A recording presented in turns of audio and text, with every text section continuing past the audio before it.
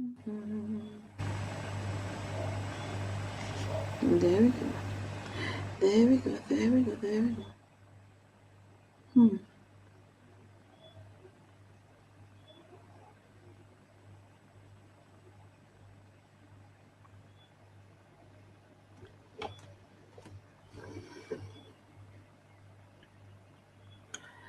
All right. Good night, everybody. Let me know if you're hearing me. Um. Hey, Judy. I am blocked on my other account. Hey, Erica. Thanks to Patricia Williams. Okay, good. I was having a conversation with Patricia, right? And I made a joke and said something like, um, something to do with some hitting something. Hi, Iona. Hi, Helen. And the next thing I know, Facebook blocked me for 6 days. 6 long days. Since Saturday, Facebook had me blocked. Since Saturday. But good thing I started this other account because then there would have been nothing tonight. 6 long days Facebook has me blocked for. So that is well, it started on Saturday. So Sunday, Monday, Tuesday, Wednesday, Thursday. So yeah, I properly blocked on Facebook. Properly blocked on Facebook. So I can't do anything on my account.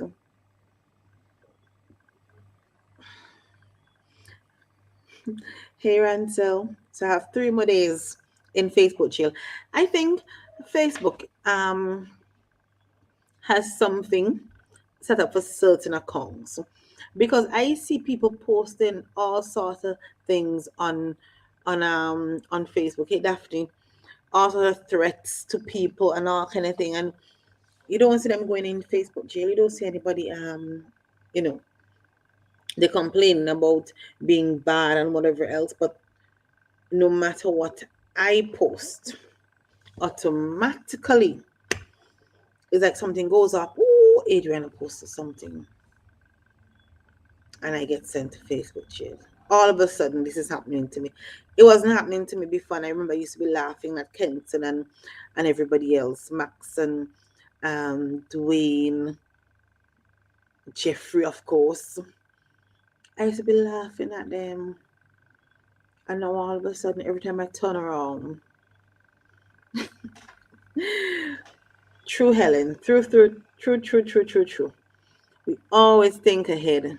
So we never caught off guard. We always have a backup plan. That's us. Okay, why have I gone blurry? I hate when this happens. Let me see if I can fix it. Ah, there we go. That was easy.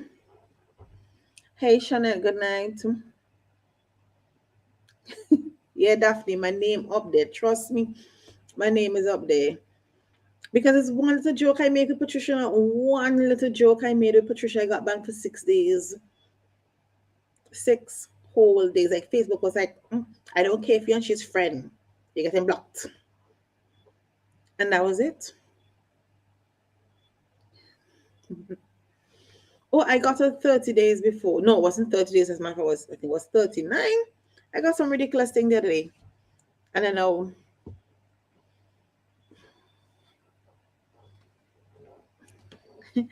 Thank you, Dolores.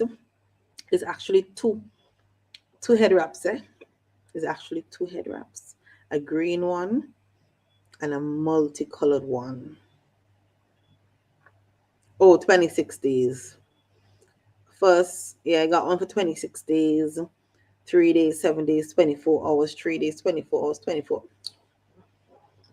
Yes, two head wraps. I pull one to the back, knot it, bring it around to the front, tie in the other one, do a rope twist, and then wrap it around.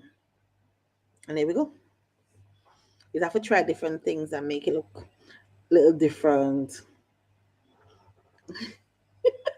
Mr. Creation, how you have manners? So, good night, Ming Ming. Good night, Daphne. Good night, Dawn. Good night, Carissa. Yes, they do. I could definitely say I have some haters out there, Chris. Oh my goodness. Not a word that I like to use, but it sure seems so. Yeah, I'm going without my glasses tonight, so if you see me squinting, it's because I can't really see too well. But strange enough, for the past couple of days, I think my eyesight has actually got better since I haven't been wearing my glasses. Well, hey, Anna Daphne, if I were to post a sexy pic, well, geez, Facebook might ban me for life.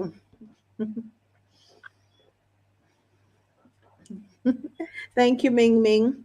So we're gonna talk about tonight, eh? Plenty thing to talk about. Plenty things to talk about. So first thing first, share the life. Because people on my page would be looking for me to repost the live there. I can't repost the live there because I'm blocked there. So I would need your help to share the live, share the live, share the live. That's your duty for me tonight. Well, I think the biggest I got so far as it seems is 26 days. Let me keep it so. We don't want anything more than that. What kind of madness showing up on my Facebook feed here? Who jail is this? Who shall is this man? But. Some naked man. Well, he naked. How about one of them kind of wrestling, kind of something, dancing on somebody Facebook thing showing up on my Facebook feed.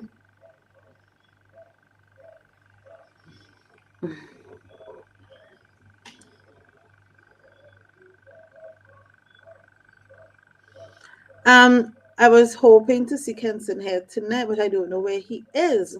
So if any of you know where Kenson is, please call Kenson home. Please, he's what I'm waiting for, But I'm not seeing him. I'm not seeing him.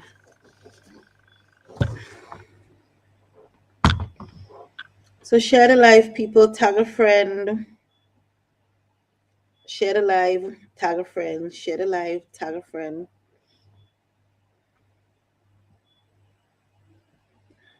At start when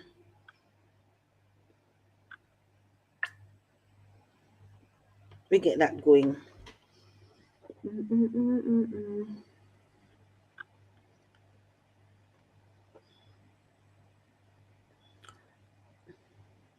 Share the live, people. Share the live. I see a lot of you are just sitting here and you're not sharing the live. I am not going to start until you share the live.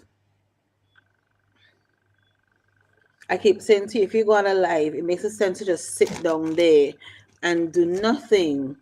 The point of being on the live is to share what is being said on the live. So I will sit down here and watch you, and you would watch me. Hey, Charles. Hey, Nyla. Girl, you don't need. Well, I can't say I don't even know.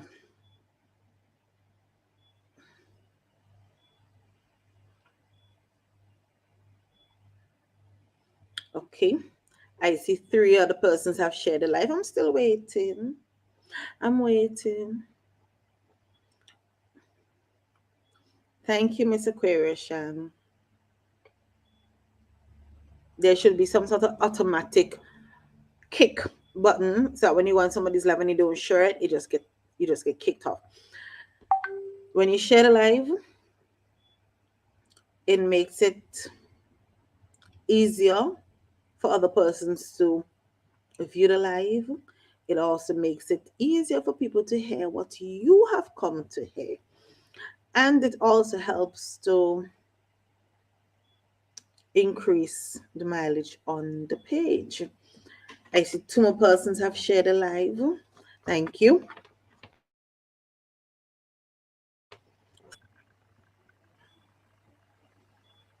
I'm playing hardball with y'all tonight. Fed up with the nonsense. If you're on the live, share the live. If you don't want to share the live, it might as well you just get off the live. It's as simple as that. Thank you, Nyla. Now you see why, you see I could deal with Nyla. I could deal with Nyla.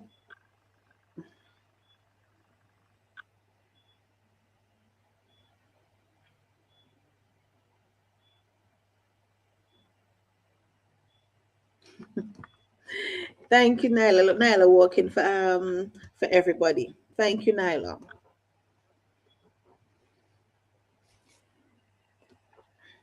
I see likes going up.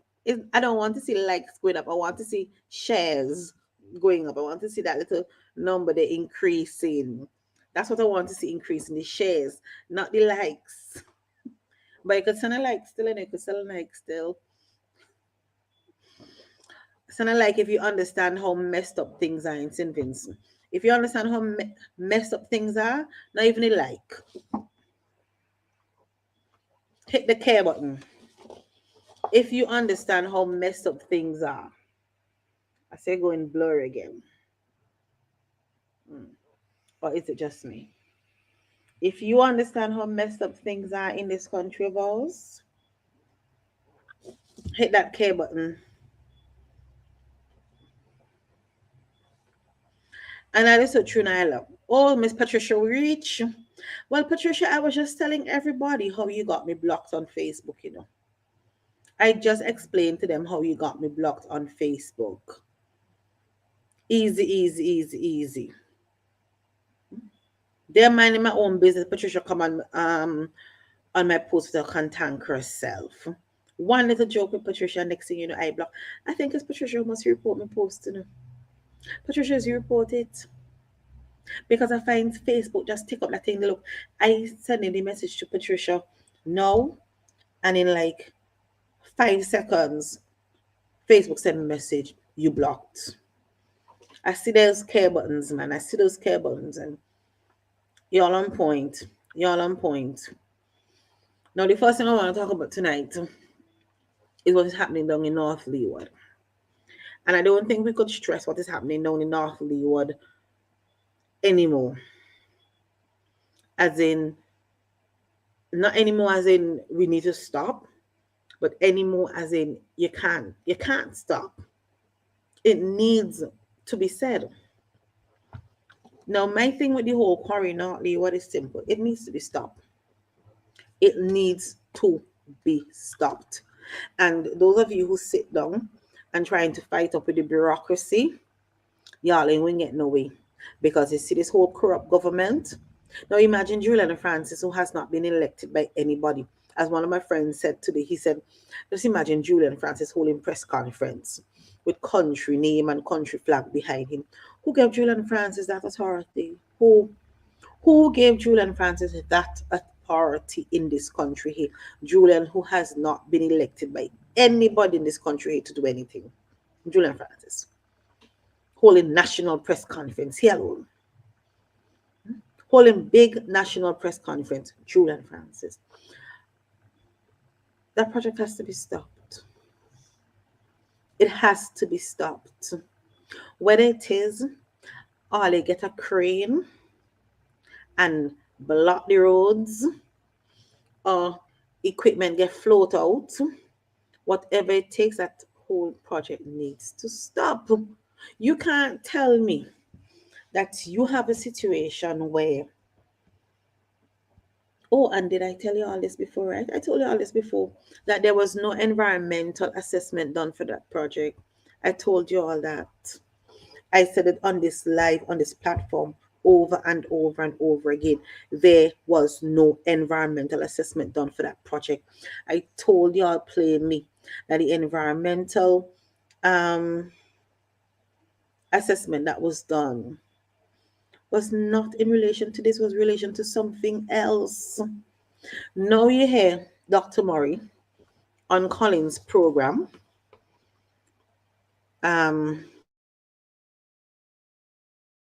Let me explain in fully that yes, he conducted an environmental impact assessment back in 2008. I think it was 2008, whatever 2008 was. And he said his project and the assessment that he did Nothing like what is happening now. Because what they wanted to do, they wanted to basically mine stones from the river mouth, like what people doing down there anyways. It wasn't anything to do with any quarry and any explosives and all of that drama. And Julian Francis sat on a press conference and lied through his teeth to deceive the little ULPites, little Ralphites out here, to deceive them to think that the environmental impact assessment was about this project. And they took it and they ran with it. They ran with it. Someone just sent me a message there. What is that? People, I can't see the food.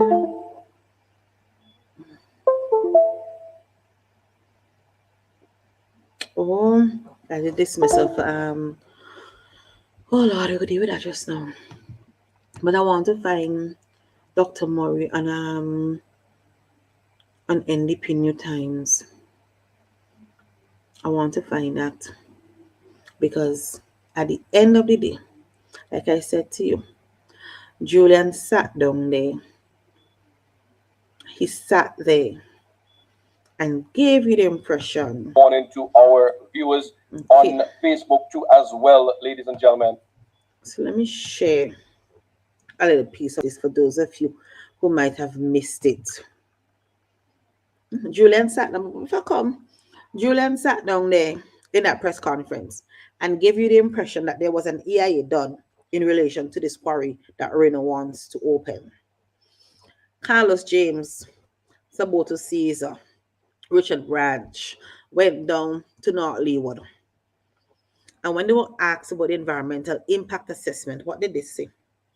Saboto said, was it Saboto or Carlos? One of them said it, that the study is available and people could access it. Now, you're going down to do a study. And I said this to y'all, if you're going to do a consultation, well, I can't call it a consultation. Consultation is what you do before. If you're going on to have a meeting with the people whose property and so going to be affected by your quarry, and you have an environmental impact assessment, I asked the question, why didn't Saboto, Carlos and Richard take down documents or copies of the documents to have a meeting? You go into a meeting empty-handed? Who does that? If you're going into a meeting, don't you walk with all the documents that you would need to have that meeting? So you're going to talk about the quarry, but you don't have the EIA. And I asked you all a question, why didn't they have the EIA? They couldn't have an EIA because there was no EIA. And I said it to y'all, but hey what? All you have the little liars and them on the radio. And all our little ULP programs talking about the environmental impact assessment was done. And it says this and it says that. They couldn't have said those things because it did not exist. It does not exist. And I said it to you over and over and over. I said it to you. There was no EIA. There is no EIA in relation to that project. None. None. And all I allowed Julian them to call people lying. And when he said what he used some term to say how we basically spreading propaganda and them kind of thing. Good night, Sophia. Good night, Toby, Ned, Arrington.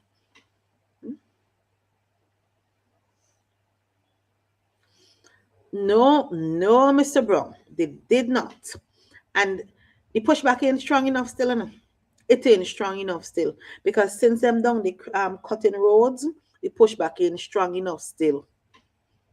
Them supposed to afraid to go down by the quarry side. They afraid them supposed to afraid to go down there. They shouldn't put no cane, no engine to turn on anything down in the quarry there. Them should see the quarry side there and just afraid to go down. They just leave that until Vincent say, come get your stuff and go about your business. That's how North Leeward quarry side supposed to be right now. Nobody should be allowed to go down there until Vincent say, come take your accoutrements and them and go about your business. That's how it's supposed to be down there right now. Heroes. So, Saboto, Carlos, and Richard, Go down there and lie to North Leeward people to tell them that they had an EIA. Lied. Because they didn't have any EIA. They lied. And then you want to come, some of you want to come and think and say that these politicians care for you. Which one of them? Which one of them? Because all they like to pull them out, you know. Or they like to pull out and say, oh, Orlando does go church. This one here does go church. That one, who gives to who to go to church? Who? Because they may living a decent life. And I keep saying this over and over and over. When they sit in cabinet, it's not Ralph alone that sitting in cabinet, you know. It's Ralph and Randy and Jimmy and Curtis and Carlos and Gustas and the rest of them name, whatever them name. All them don't sit down in cabinet. All them don't sit down in cabinet. So when they sit down in cabinet and they decide upon ways to make Vincentian suffer, and as Camelo don't say, NDP supporters supposed to suffer and die.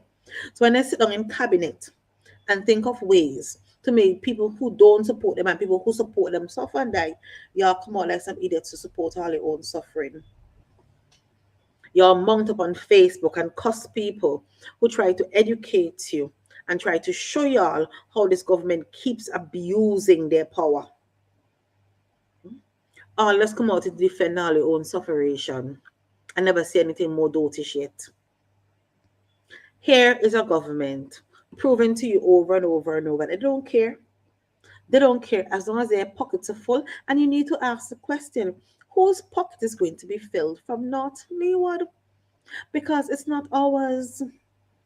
And when Carlos could sit down and tell you how he went to St. Lucia and he saw Renault's work, and you know, he's so pleased. And he has no doubt that Renault is going to bring that sort of work here to St. Vincent and the Grenadines. And he said that to give you the impression that things were good. Things were okay. But let me tell you this. The work that Carlos is telling you that he saw in St. Lucia, I don't know when he saw it. I don't know. But if you want to do some simple research, simple research, go on Facebook, go on YouTube, Google, whatever, and look for Reno. Look for Reno. And look for his work in St. Lucia that Carlos is bragging about. And that Carlos tell you that in St. Lucia, 4 people died on one of his construction sites. 4. Because they had a container and they were storing dynamite and fertilizer too close. And this man, who had so much years of experience in this sort of thing, who they're trying to convince you is such a boss and things going to be so safe, 4 people were killed. 4. Not 1, not 2. 4 people were killed. So that's what Carlos wanted to come to St. Vincent to duplicate. That's what Carlos want, for to come St. Vincent and store fertilizer and dynamite down and blow up people. Is that what Carlos wants to be done here? Because it was his construction site in St. Lucia. 4 people got killed. 4. So tell me, how many is he going to be allowed to kill here? How many persons are going to die here on his construction site? How many people would be allowed to die on the construction site in Leeward before something is done and before you all wake up? In St. Lucia, his license to use explosives was taken away and was not renewed. His license to use explosives. But here he comes in St. Vincent, and we do what? We give him the whole of the face down Leeward. 300 plus acres. And you're hearing this one saying that amount, this one saying that. But Renault said the whole thing is quarry. Renault said that. Renault is who said that the whole thing is quarry. So if the whole thing is quarry, it's 300 acres. Approximately 300 acres. He is the one who said it.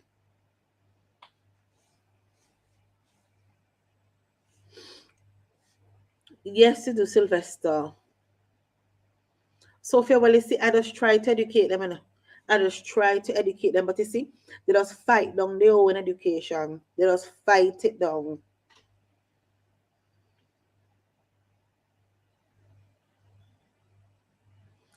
Thank you, Mike. And that's what I'm saying. They need to get the message that we don't want to quarry down there. We don't want to quarry down there. That message needs to be sent out. There will be no quarry in North Leeward, down Richmond side. None. That has to be it. Because if you have not done an environmental impact assessment, let me break that down for you all. It's like going to bake a cake, right? Share the life, people. You're going to bake a cake, and you ain't thinking nothing about if you have gas, if you have matches, if you have flour, even. Hmm? If you have butter, if you have sugar. I don't know if you're vegetarian or what. Um, Whatever you're gonna put in your cake, you haven't sat there. You just go in the kitchen and just figure you're gonna make a cake. You don't do that. You sit down and you think about things. You heft the gas bottle if you know it's been on for a while to see if at least you have gas enough to bake this cake. You check and see if you have enough flour, because once you say start mixing up things, you better have the rest ingredients. So you go and you look. Now, when you start a quarry without doing an EIA, it means that you have not given consideration for anything. You have not given consideration for anything down there. So you don't know which river might overflow which bank. You don't know which houses going to start cracking up at some point. You don't know which roads might start cracking up. You don't know anything. You don't know when you wash out all of that sediment in the sea, what's going to happen to the mangroves down there. You don't know what's going to happen to the wildlife, what's going to happen to the reef. You don't know anything because you have not done an environmental impact assessment. So how in God's name could you be doing a quarry down there? How? So, oh gosh, live by your choices. Don't even talk about that woman. And this is when you know that ignorance is being used against people.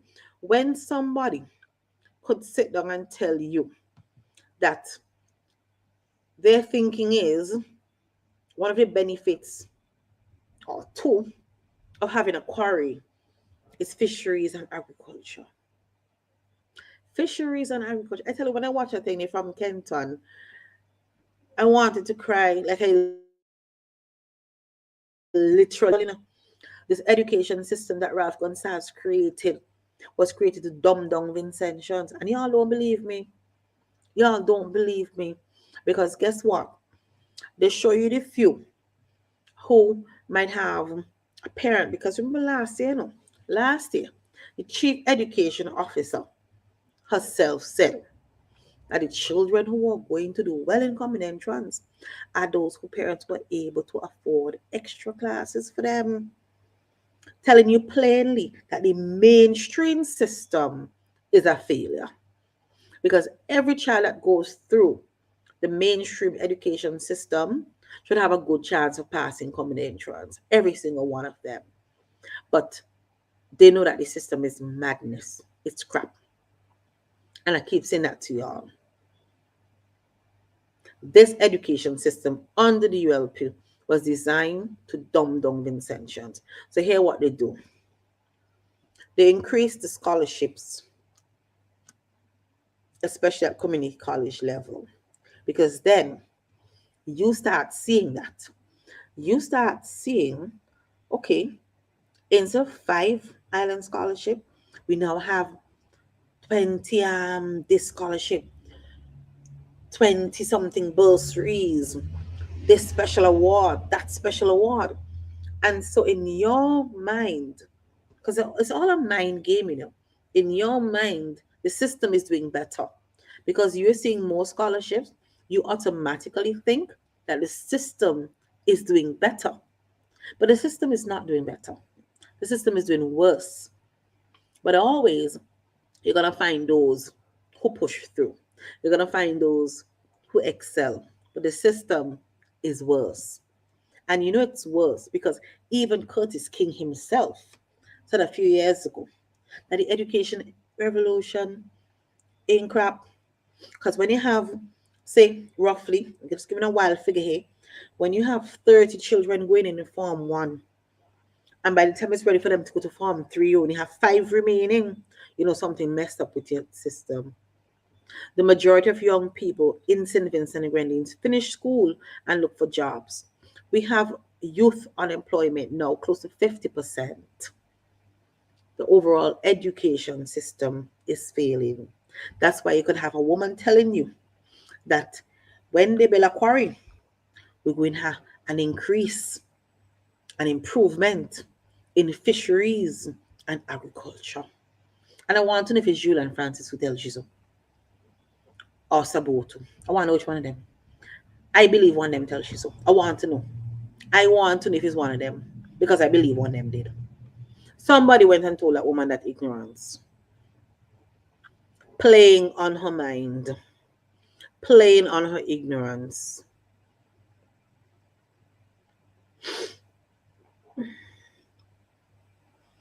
Thank you, Ming Ming Ming. Ming says it's not the first time people sell their lands for rum and tobacco. No, it's not. And that is true, Nyla. An undereducated nation or an uneducated nation is easy to control. Because here what will happen now. If people with sense go down to North Leeward and decide that they're going to protest against this quarry, it's people like that woman going to come out in the street and cussing her. People like that woman going to come out in the street and cuss and defend the quarry because she want to go and fish. People like that woman would come out in the street and curse sensible people who standing up against that quarry. And that is how Labour people like them. That's how Ralph like them. Ignorant like bats. Ignorant like bats. So you could go and tell them, oh, the quarry will bring in plenty money, you know. The quarry will bring in. But I think it was Dr. Friday who raised the point this week when he said, if the quarry was bringing in so much money, right? And if the quarry is such a positive project, how is it that we just had, we call it a budget, and the little spawn for the devil did not mention anything about quarry in his budget address? How come? How come? And you know, and I know that when this put their name on anything, is a big fanfare. They like to have big openings here. Watch, they put a track out diamond, put the brand stadium on it, and was big opening ceremony. The thing was even finished. It think like it's finished yet. Anything this government does, they like to broadcast. How come the quarry wasn't broadcasted? How come the spawn of the devil didn't mention it in his budget? How come? But y'all want to defend it. Hey, Vincy Queen. So Lennox is saying everything can be explained to the people on the single condition that you want them to understand. Just give them enough. Just give them enough. Just give them.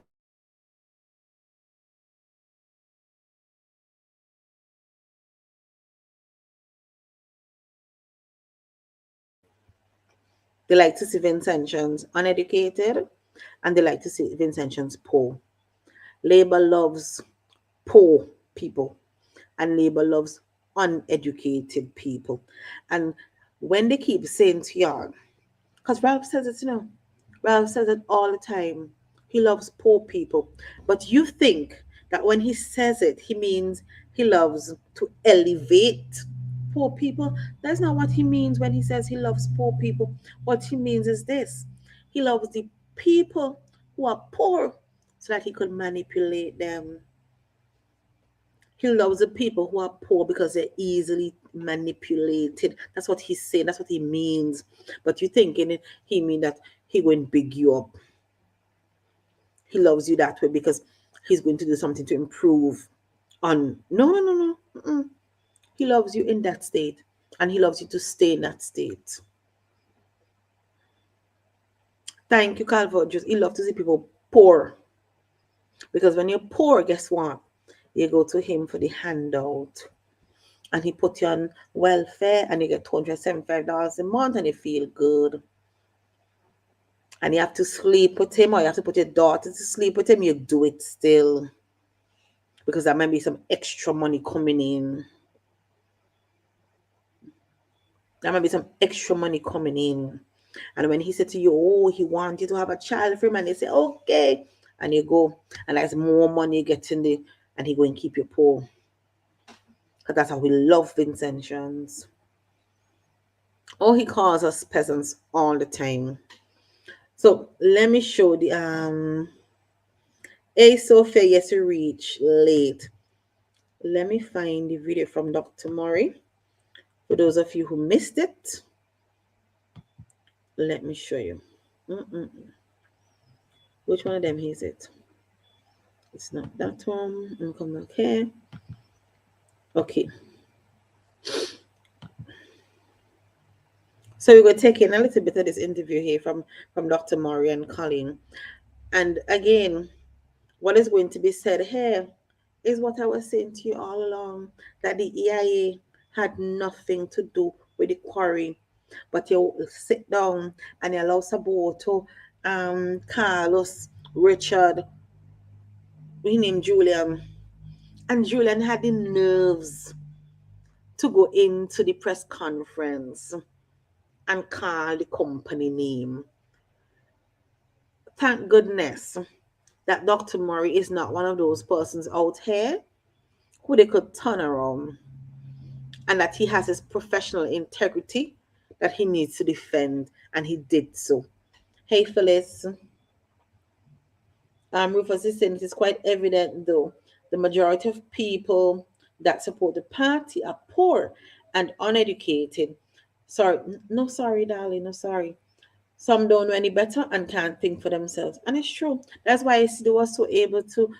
It was so easy for them to go into North Leeward and just share up money because they have people down there going and fish in quarry. When you have people who go in and fish in quarries and go and farm in a quarry, you understand why they could share out $5 and $10 and why all that treating and cheating happened down there. Good night, Victor. When you have people going and fish and farm in a quarry, you could tell them anything. Anything you feel like you could tell them. And that's what happened in North Leeward. And now we understand why they fought so hard to steal that seat. Now we understand. You see, we weren't too awakened yet, you know. But now we see this quarry business and we understand how long this quarry been shaping up. Because it is in the ULP's manifesto. And that too, it is in the ULP's manifesto, but yet it was not a talking point for the election. It wasn't. But now we're seeing things and we understand. Hey, Charmaine, we understand now. Let me play this for you. Welcome. As promised, as I said, we have a very informative program for you here today, ladies and gentlemen. Of course, as we continue on this issue coming out of North Leeward, surrounding the quarry. And of course, this has been a topic of discussion on many forums here in St. Vincent and the Grenadines. I have a very special guest joining me here on the program this morning to set the pace on this discussion. I'd like to welcome to the New Times program. Let me say good morning to Dr. Reynold Murray. Good morning, Dr. Murray, and welcome to the program. You hearing me? Good morning, Mr. Graham. Thank you so much. Yes. All right, and it's a pleasure having you here on the program with us this morning. Dr. Murray, now, of course, this issue has been a burning issue, the one of the quarry in North Leeward. And of course, the reason why I'm having you here on the program this morning is the revelation coming out of the Eyewitness News report with Kenton Chance. as it relates to the environmental impact study that you did. But before we jump into that, I want us to establish first and foremost your credentials and your qualifications here. What is your field of study and your background of study and qualifications, Dr. Murray? All right. I have a bachelor's degree in biology, biological sciences, a master's degree in environmental resource management, and a PhD or doctoral degree in ecotoxicology or environmental toxicological aspects of the environment. Additional work in continuing practice in agriculture technology, ISO International Standard certification. I've done a certification with ILO, International Labour Organization, as it relates to occupational health and safety, training with United Nations in risk management, environmental issues. I have additional studies in climate change management from various universities. So I have a string of other activities I've done, but I'm really trained in environment per se. Okay. All right. Now, let us go back. I understand according to we all saw the Kenton Chance Eyewitness News feature. Listen up. Back on Wednesday, February 16th, you were contacted by Kenton Chance of Eyewitness News as it relates to the environmental impact study that you did in 2007, 2008. Am I correct? What exactly was the study that you did back in 2007, 2008? And can you remember as to what reason you were contacted and through who to have this study done?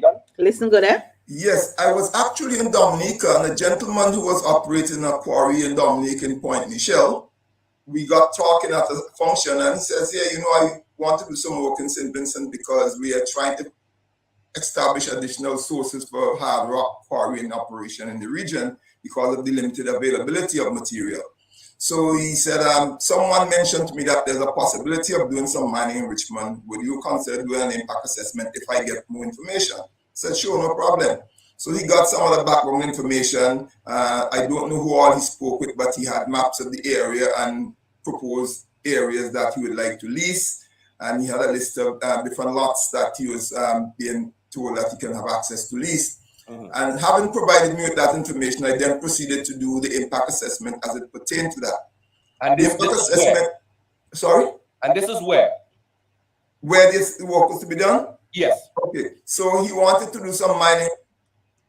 So you just heard what Dr. Murray said, right? He did an impact assessment, an environmental impact assessment, not for this quarry here now, but for some mining that was supposed to take place way back in 2008 around there. Of the rivers in Larkai, Richmond, the three rivers there, he wanted to do the dredging at the river mouth, the mining for the aggregate, pretty much like what they do at Robica. And how what he wanted to do? Okay. Okay, keep listening. One portion of land on that headland between Richmond and Chateaubriand, he wanted to do a portion of do some hard rock extraction in that area as well. Okay, and this was done. Yes, this was done. What was your finding? What was your assessment? Well, let me back up and say an environmental impact assessment does not tell you whether you can't or cannot do a project. What it does is that it provides information on the historic nature of the area. You see, an environmental impact assessment looks back at the past, then looks forward to the future and try to determine how your action at this time could impact the future based on the past. So it doesn't tell you yes or no. And let me remind persons that the final decision in any planning application rests with the planning board. And I think the Minister of Environment, who oversees planning, has that final adjudicating power. Well, I was something different here. Final authority rests with the people of St. Vincent and Grenadines, the people who the project will affect. So planning might give the go-ahead. And we're already hearing rumors that Julian told them plainly that this one here above their pay grade. So planning could do the go-ahead, you know. Planning could sign the documents, planning could stamp the documents, planning could do all of that. But you see the go-ahead for the project, for any project, that comes from us. That comes from the people of St. Vincent and the Grenadines. Because if the people of St. Vincent and the Grenadines stand up and say plainly, you think when had no quarry down Richmond, there will be no quarry down Richmond. And this is what I keep saying to y'all. Y'all need to understand the power that you have. You need to understand the power that you have. Your power is far greater than the planning board. Your power is far greater. Our power is far greater, hey Andrea, than the planning board. So planning could say, yeah, go right ahead. They could say that. But the final say rests with the people. And Vincentians, you all need to start understanding that. You need to start understanding the power you have to determine your future and to determine what happens in this country here. You want to tell me that have people on a planning board go and sit down and tell us that without an environmental impact assessment, that Reno construction or whatever it is that it is called could go down to North Leeward and just rape down there just so? Leave here with billions of dollars and we only get $100 and something thousand out of the deal?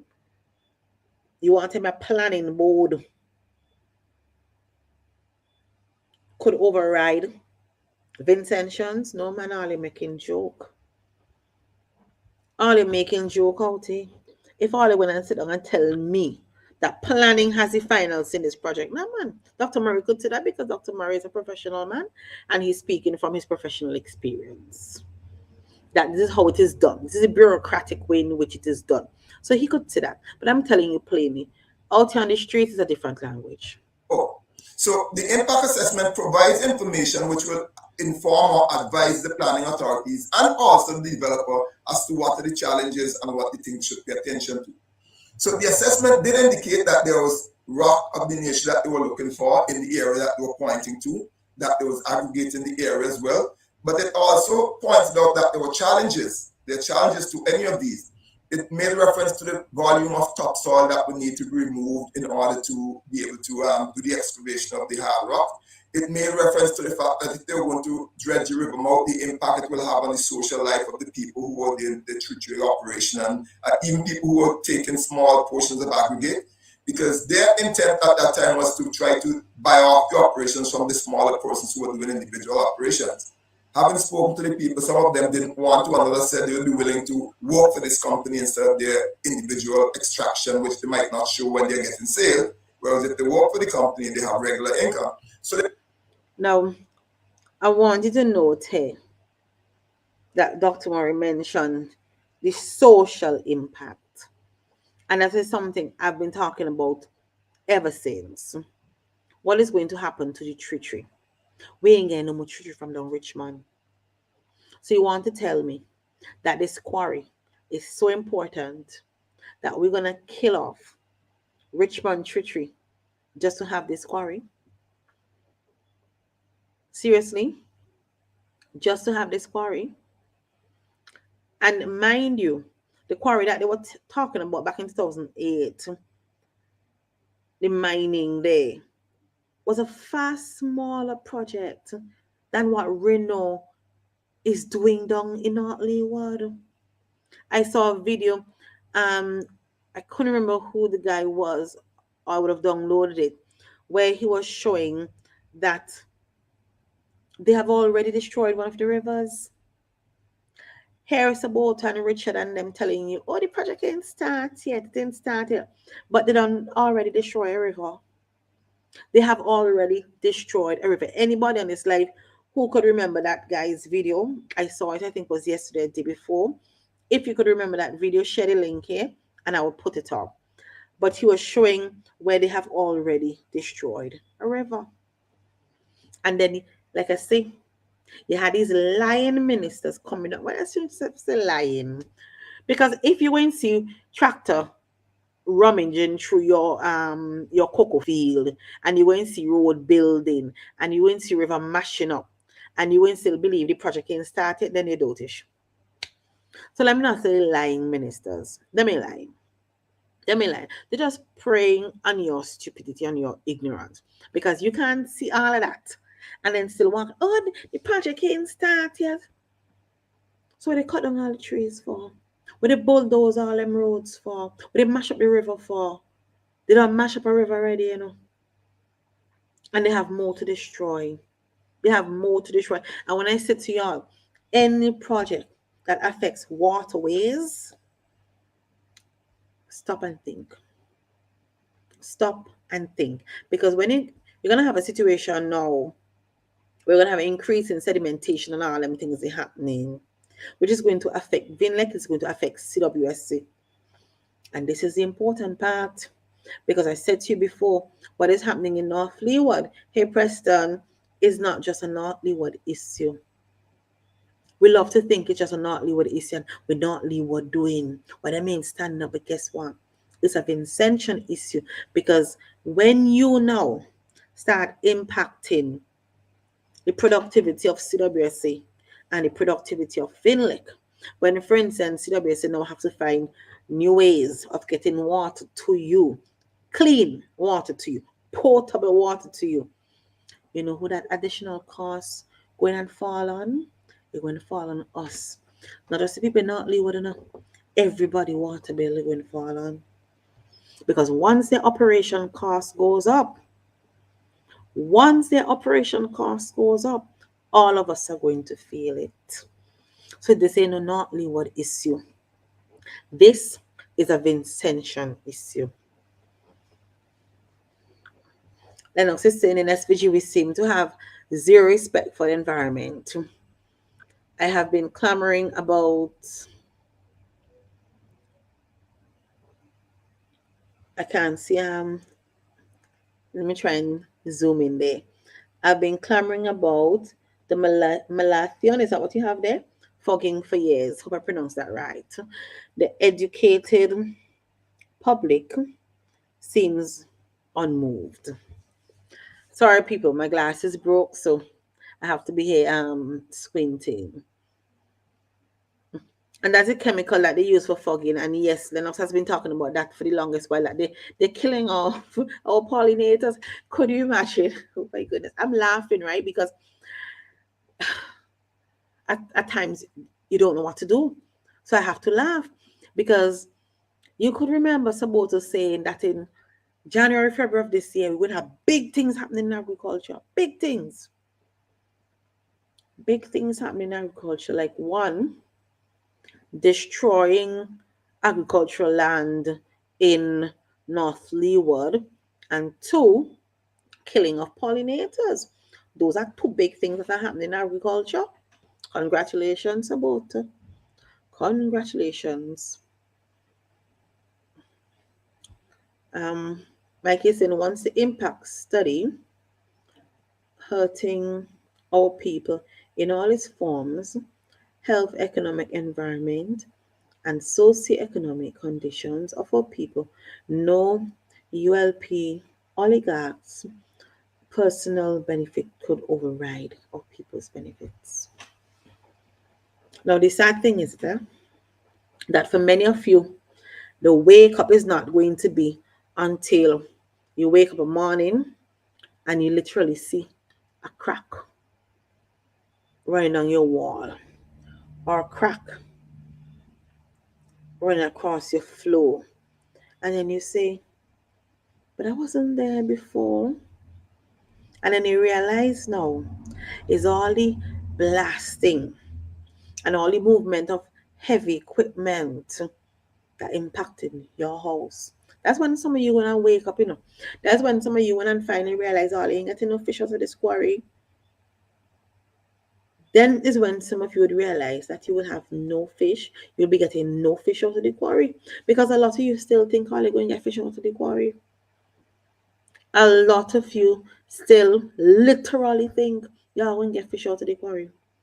There were those different positions. So you take all of these bits and pieces together and you say, okay, here's what the people are saying. These are the challenges they face. If you go to do the land area, this is what will happen. And so you put in place some control measures.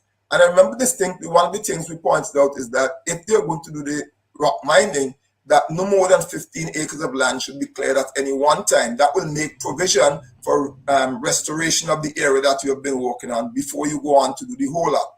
So the idea was not to renew the entire area all at one time, but that you should be doing it. If whatever portion was approved, whatever area was approved, it was to be done in phases and restoration as you move forward.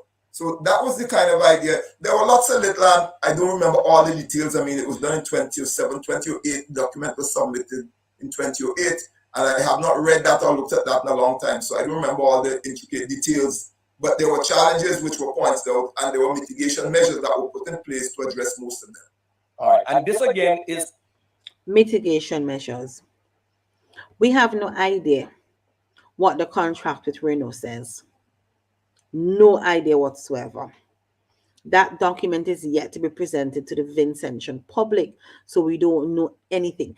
And you cannot have mitigation if you have not had an environmental impact assessment. So Julian can't come and tell you that Renault is going to put things in place, because Renault does not know what he needs to put in place. That is the purpose of having an EIA, to find out what you need to put in place. So Julian can't come and stand up and tell people that Renault will do this and Renault will do that, that he will put things in place. Renault doesn't know what he needs to put in place. And we know how them lie and thief.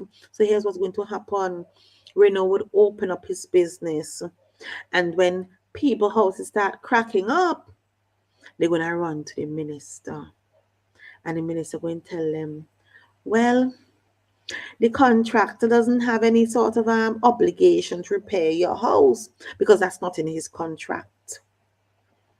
And when your child develops asthma, or you develop asthma, or your asthma worsens, or your child's asthma worsens, and have to go into the hospital 24/7 because of all the dust, and you start thinking, okay, I'm going to seek some compensation for medical purpose, and the minister going to tell you, well, there is nothing in Renault's contract to say that he has to pay the medical expenses for anybody. And when you're on Renault construction site and something happens to you, and God forbid you die like the 4 people in St. Lucia, what is Renault going to do? Send your family a wreath? Is there something in place? Is there scholarship fund in place for children of such persons? I don't think so. I don't think so. What does Renault's contract say? What does it say? You don't know what it says. I don't know. Only Renault and the thieves know this. We don't know. And I'm saying to you plainly, because we have had no environmental impact assessment, and because we have no idea what Renault's contract says, there will be no quarry in North Leeward. It is say no to Julian and say no to Renault. Specific to which area? Okay, so I'm saying the 3 rivers that they talked about, there are 3 rivers they were going to do the river mouth, and a portion of the headland between Richmond and Chateaubriand. All right. Now, in this present quarry project, we're hearing that environmental impact study was done back in 2007, 2008. And we're hearing this comment coming from members of this present administration. Let's get this straight out. We heard Julian making reference, and others, Subutu and even Carlos James making reference of this environmental impact study that was done in 2007, 2008. Do you know if it is this same study that you did that they are referring to? Well, someone sent me a cover page that was actually the same document I did. So I'm assuming from the cover page that was sent to me by someone who actually viewed it, it's my document. I happen to have heard the minister speak, and he did make reference to the work done by Institute for Environmental Research and Technology, which was my company, and he did mention my name as the part of the work. So it's a possibility here, based on what you're saying, that this environmental impact study that they are referring to is quite possibly yours.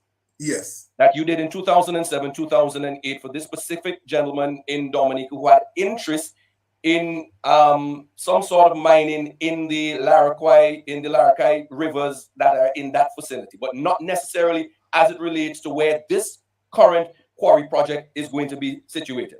No, I have not been to Richmond or to the area since this thing started, so I don't know the exact spot they're talking about. But the gentleman wanted to take the rivers and a portion of the headland. There was a portion of the headland under consideration.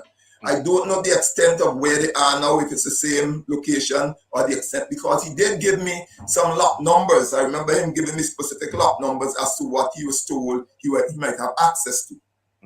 All right, now so I'm not sure it's the same thing. Okay, now let me ask you this. An environmental impact study that you would have done in 2007, 2008, would that still be feasible to use at this year? And we're in 2020. No. Would it still be feasible to use such an environmental impact study as it relates to this quarry project? It will have baseline information that is useful, but I will not say that it is an appropriate study for this time. It will be dated. For one thing, we have had a major volcanic eruption and some landscape changes in the area. And environmental impact assessment needs to be current. It needs to take into consideration what is happening at the moment, what has happened in the past, and how it's going to impact the future. We also need to consider the livelihood situations. Have they changed? Are there more farmers in the area? Are there less? Have the farmers, are there more dependence on the land now than before? Is the population in the area changing? You need to do all of those social assessments before you can use that information. So my point is, while there might be information in the document that is still relevant because the geographic area hasn't really changed per se, but there have been changes to the environmental conditions which might necessitate or which will necessitate different types of actions. Also, this impact assessment was done based on the methodology that the gentleman proposed to do. One of the things the planning authorities always need to know from you if you're going to do development is your methodology. What are you going to do? How are you going to do it? Now, I don't know what methodology these people are going to use, how they're going to do it, so I cannot say that the two things are the same. And if it's different, then obviously it doesn't fit, right? So it's important that you know the methodology, and this was prepared for this specific activity by this gentleman with a large portion of it being mining of river mouth and a smaller portion on the headland. I don't know what this proposed. I have no knowledge of this proposed operation. I don't know what people are calling me. I've had several calls from persons, trying to understand why I'm not involved, what do I have to say, why I'm not speaking out. It's not a matter for me to speak out. I did an assessment, and I'm saying that assessment is dated, and I think if we are going to use it now, it needs some updating.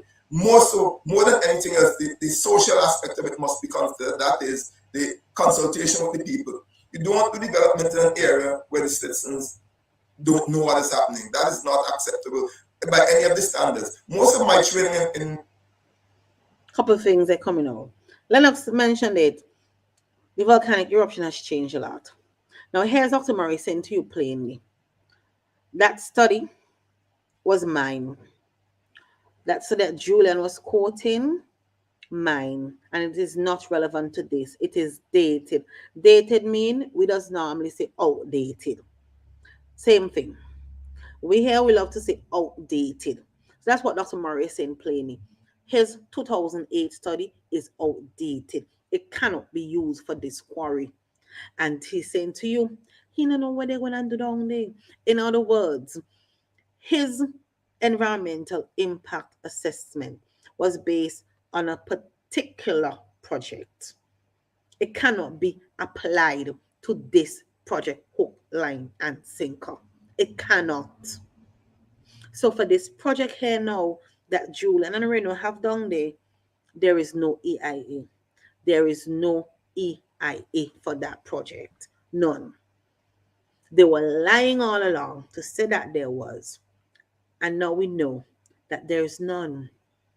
They're trying to take somebody else's project, somebody else's EIA, and say that that is theirs. That is stealing, Julian. That is stealing. You're loyal. You're loyal and dangerous. Bad. Where they get you from?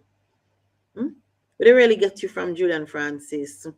Please sit down on national radio, national TV with our country flag behind you. So you're holding national press conference and lying, stealing people work and lying dirty. Look at this state to you. Look at this state to you.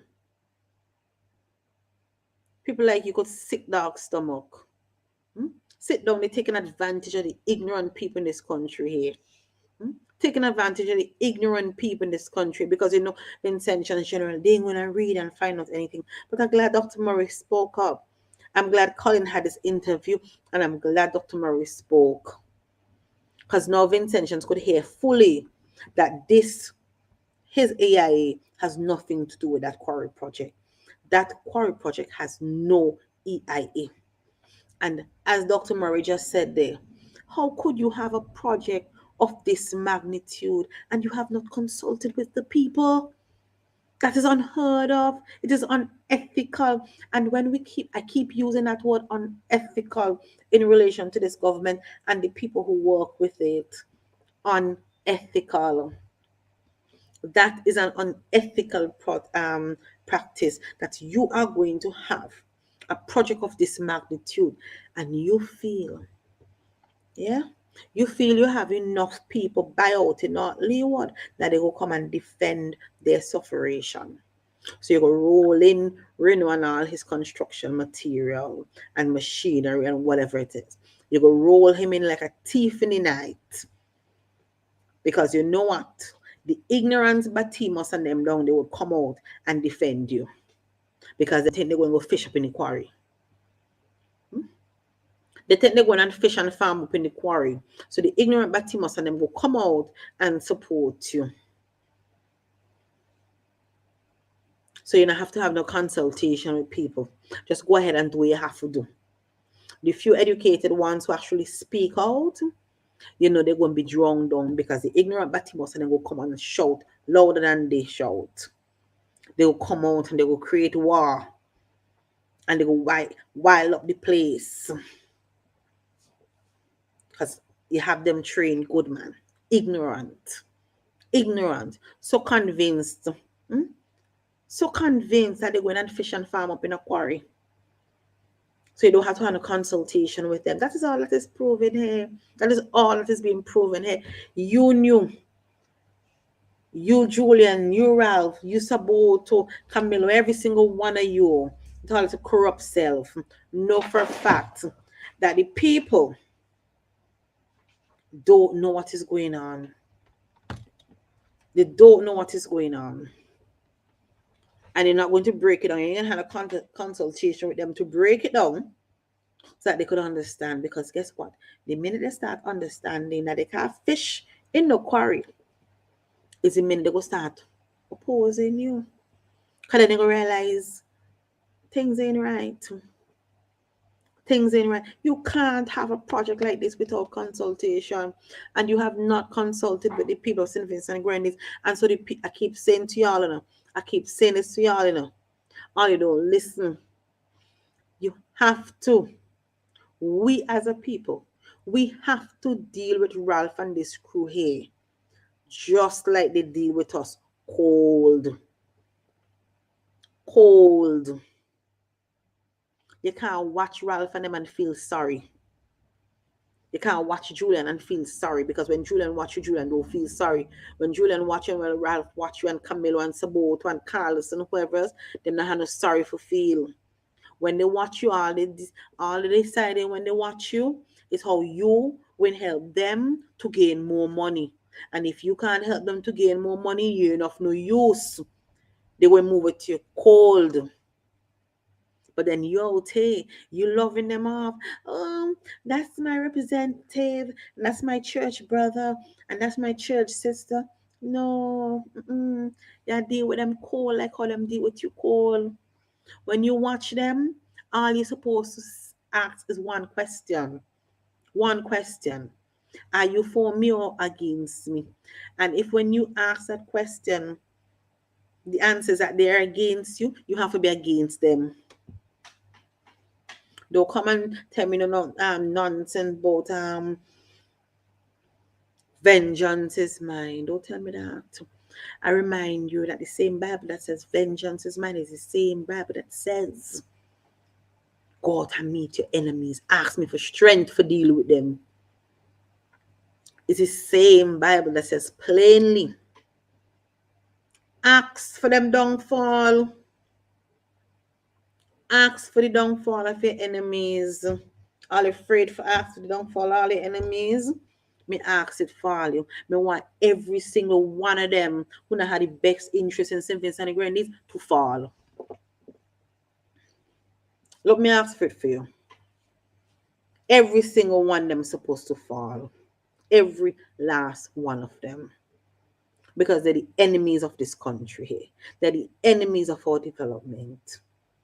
They're your enemy and they're mine. You have to ask for strength for deal with them. That's what you need to ask for, strength to deal with them. Because them just ask for strength for deal with you. Them asking for strength for deal with you. So you have to ask for strength for deal with them. You have to harden your heart against them people here. You can't be loving them people here more than you love yourself, more than you love your development. You want them develop over you. St. Vincent is supposed to be the island for everybody.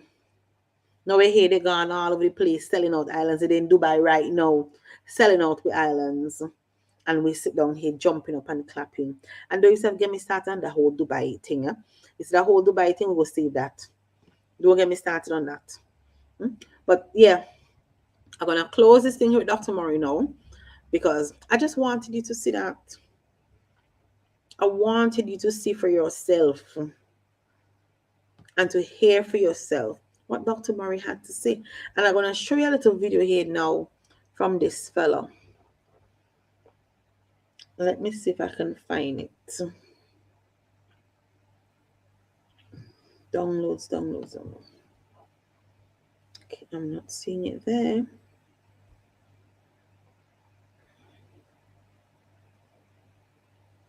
Okay, this is weird.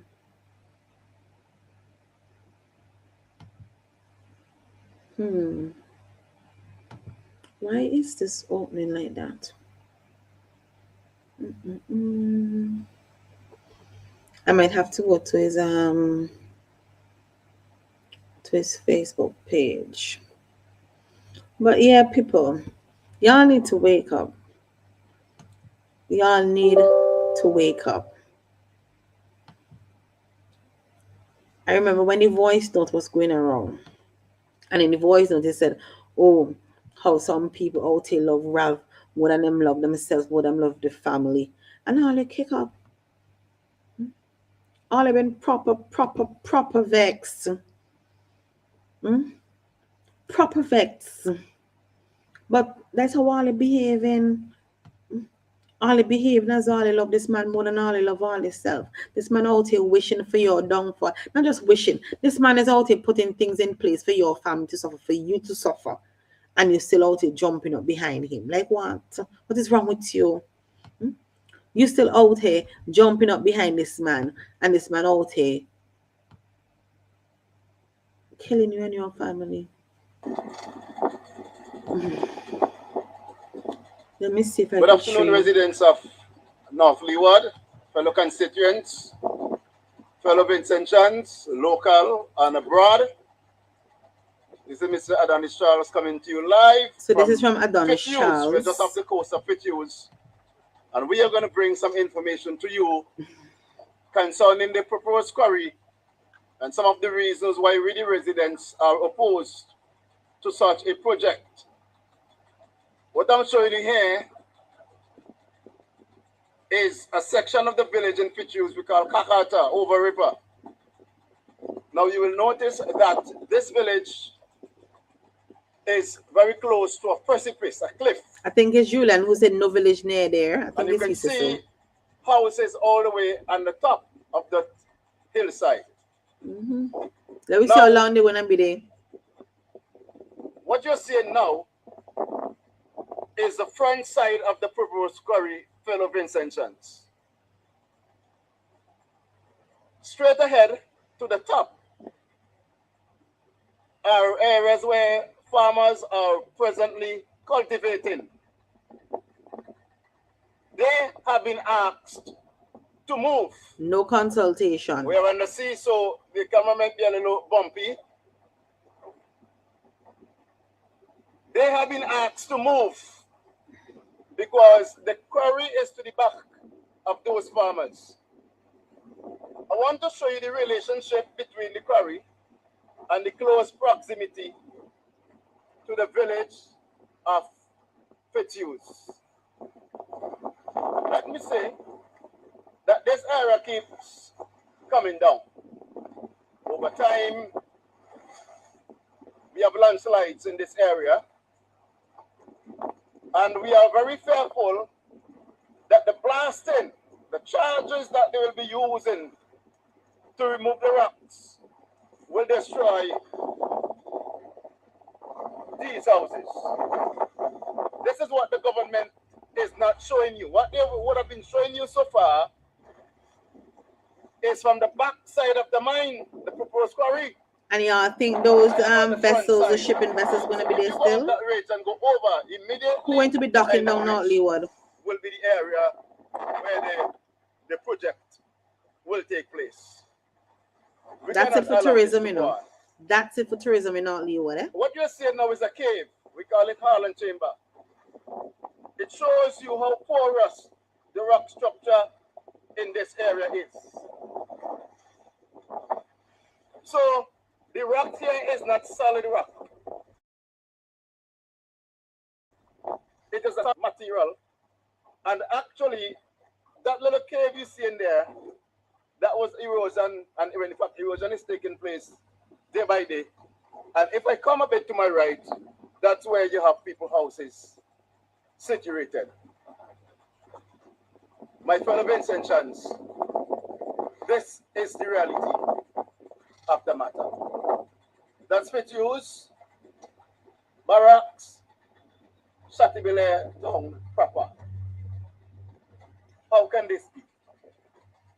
How can we sit down and allow this to continue? If you notice, I captioned this piece 30 pieces of silver, because that's really what they want to give us. That's what the farmers in North Leeward are going to get. 30 pieces of silver while destroying our homes, our livelihood, our environment for 30 years. I'm going to fast forward this a bit. No, they think we don't have sense. It's true. I want you to take me off a little bit. They think we don't have sense in truth. Take me off a little bit and so we can see.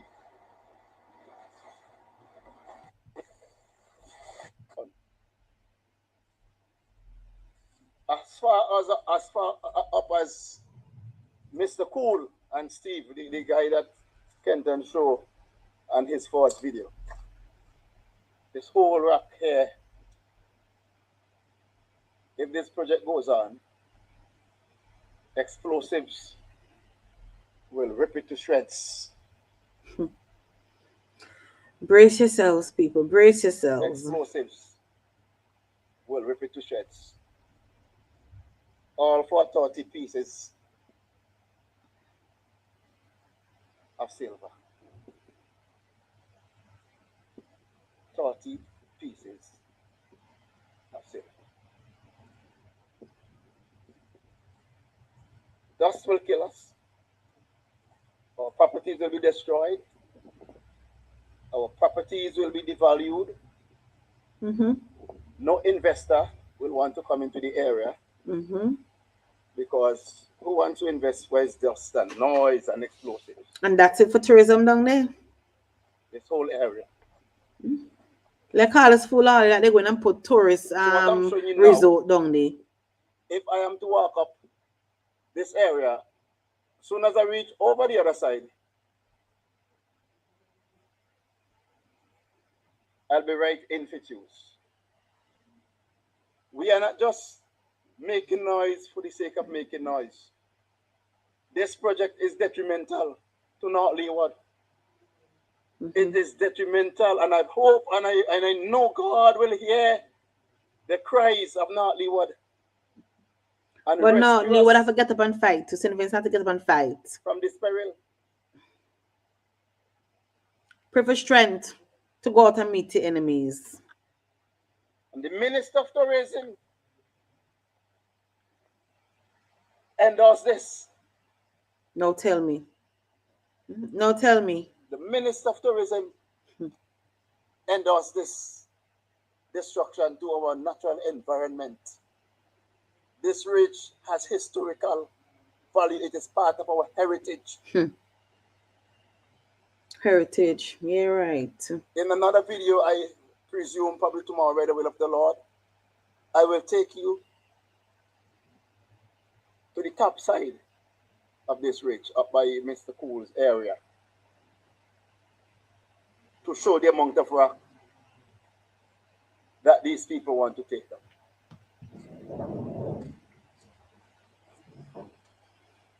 Look at this. And you telling me work ain't start yet? Wow. Look at this. And Richard and then sit down and telling people work ain't start yet. Huh?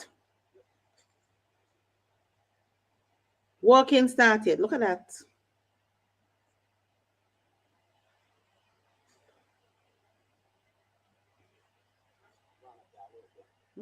Look at that. See?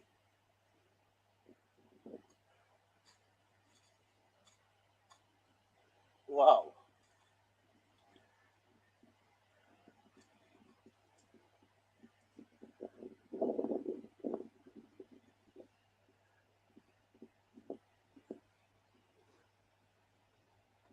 Now, if you could stand up there and see homes, where all you think the dust going?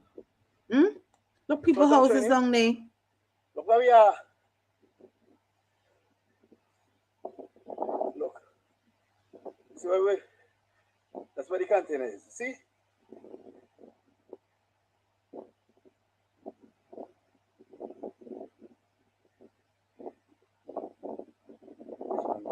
I guess the container says Renault. What I'm showing you people. All of this beautiful land. Look at land. Look at land that we're going to lose. You're going to chase them crazy ball heads out of town, man. Look at land we're going to lose. You know about my little hobbies? Huh? Hobbies? You know about my little? All of this happening and they're telling you, oh, working started. Crazy ball heads. Working started. Look at that. Look at how much has been destroyed already. Nice. Nice. Look. Nice. Nice. But I want the other video. There's another video that somebody else posted. A younger guy, it sounds like. And he now was giving the view from the river and what has already been done to the river. Vincentians, wake up. Wake up.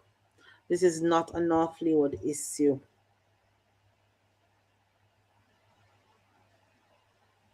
This is not a North Leeward issue. This is an issue that is going to affect the entire country.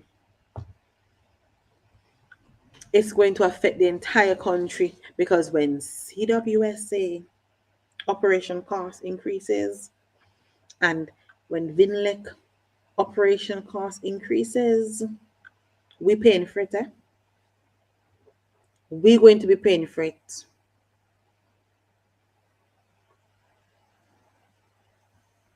We are going to be paying for it.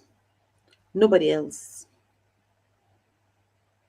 Nobody else but us, Vincentians. And in the meantime, between time, when our cost of living goes up again and our salaries remain the same, Renault is going to be reaping billions in St. Vincent and the Grenadines. You want to tell me that, oh my goodness. I have to laugh, I have to laugh because if I don't laugh, I might cry or curse. Whole 3 elections, right? What the ULP was selling you? Oh, the NDP want to sell your passport. Nothing more important than your passport. They want to sell your passport. Let me tell you something. If we want to argue that on the most basic level, hear how you ignorant and stupid again. And who want to get vex. But that's the word I had to use, ignorant. Hear how you ignorant. You run down the NDP, talking about the NDP want to sell passport. Because Ralph convinced you that you had the best passport and you need to hold on to it. Half of you ain't got no passport. Half of you ain't got no passport. That's why I don't understand how are they going on and talking about vaccination to travel when you don't even have a passport. But guess what? Some of you have now. All you ain't have no passport, but all you have land. All you ain't have no passport, but all you have land. Y'all might not be able to travel to Barbados, Trinidad, America, wherever, but you have a piece of land that is yours. What is more important, the land or the passport? As far as I know, the land is more important. It is far more important than the passport. So Ralph come to you and he had you going on and on. Or the NDP trying to sell your passport. But you ain't got no passport for nobody for selling in the first place. I don't understand how all they pick that up. All they don't have no passport to sell, but all they jumping up here. NDP want to sell your passport. You ain't got no passport. You ain't got no passport. But anyways, he have you on that little dotish boat, right? NDP want to sell passport, but guess what? He's selling we land. Not even selling, he's giving away our land. He's giving away entire islands. Whole islands, the man giving away Bali, so that is supposed to be of such historical significance, up for sale again. The person who owned Baliso selling Baliso, we didn't even know when Baliso was sold. How many of you know Baliso was sold? I didn't know it was sold. Now we hear them in Dubai putting other islands for sale. Now you hear them in Dubai putting other islands for sale. So a couple years from now, you might want to take a little catamaran, go somewhere, and then you're gonna hear, oh, you can't go down there, that is private. Just like how we see Kelly Glass block off a piece of the beach wrong, Shrewsbury wrong this, and they're trying to figure out Kelly Glass own beach. All beaches are public beaches, but Kelly Glass has a whole barricade going right down to the beach side. That's what happening in this country here. Ralph ain't selling no passport. Ralph selling we land. Ralph giving away we land. So Renault could get a 300-acre property for about 1,000 EC a month. Tell me that is not giving away land. But you can't sound about selling passport. But let me explain something to you. Let me just say this. NDP wasn't about selling no passport, you idiot. NDP was not about selling passports. Who won't benefit from Renault? You tell me. Tell me who won't benefit from Renault. NDP proposed citizen by investment. Yeah? Because guess what? When you give somebody citizenship through a CBI project, there are certain obligations. First of all, there are certain criteria that they have to meet. And secondly, there are certain obligations that they have to fulfill. So that's why you see St. Kitts, for instance, getting all kind of fancy school and road and all them kind of things. So same thing in Grenada. That's why you see in St. Kitts, them could get VAT free days. VAT free days, no, days don't have to pay no VAT. Days where they do not have to pay VAT and could get double salary and triple salary because guess what? They have a CBI program. But Ralph understands that with a CBI program, you're going to start looking a little better. You ain't going to look so poor no more. And he love your poor. So you have to keep your poor. So no CBI for St. Vincent and Grenadines on the ULP because with that, Vincentians will start looking good. The people in them in Canada, people in Bequia, who making this salt that you see on massive shelf for about, it's how much for it? I think it's 88 something or 90 something dollars. A bottle that probably not even bigger than this. Our salt, our sea salt. Almost $100 for it by Massey. All the 10 them has citizenship. I don't know. I ask him. I'm asking. Because they hair very nice and comfortable and they want born hair. So explain to me if them has citizenship in St. Vincent and the Grenadines. Some of them people sit down kind of want to walk around the place. You think they have citizenship? Because in my estimate, this is what I always say. There's CBI, which is citizenship by investment, and there's CBB. That's a whole different thing. So I want to know, these people who are coming into our country and are making money from living here, what are we getting? What is their community responsibility? What are we getting? Because it's on a CBI program, you know, all of these things will be taken care of. You hear anything about Reno having to contribute to fixing schools? You hear anything about Reno having to contribute to fix roads? Anything like that? You hear anything like that? I haven't. So as far as I see and hear, all Reno going to be coming in here to get. And don't forget, Reno has tax-free concessions for 30 years. But you out here jumping up NDP want sell passport. Now here's the other part of the selling passport saga that I tried to tell y'all during the elections. Some of you listen, some of you ain't listen. And again, this is why ULP loves to keep you poor and loves to keep you ignorant. Because here you are, falling for them, falling for all the lies, right? CBI this, CBI that. Let me tell you all something.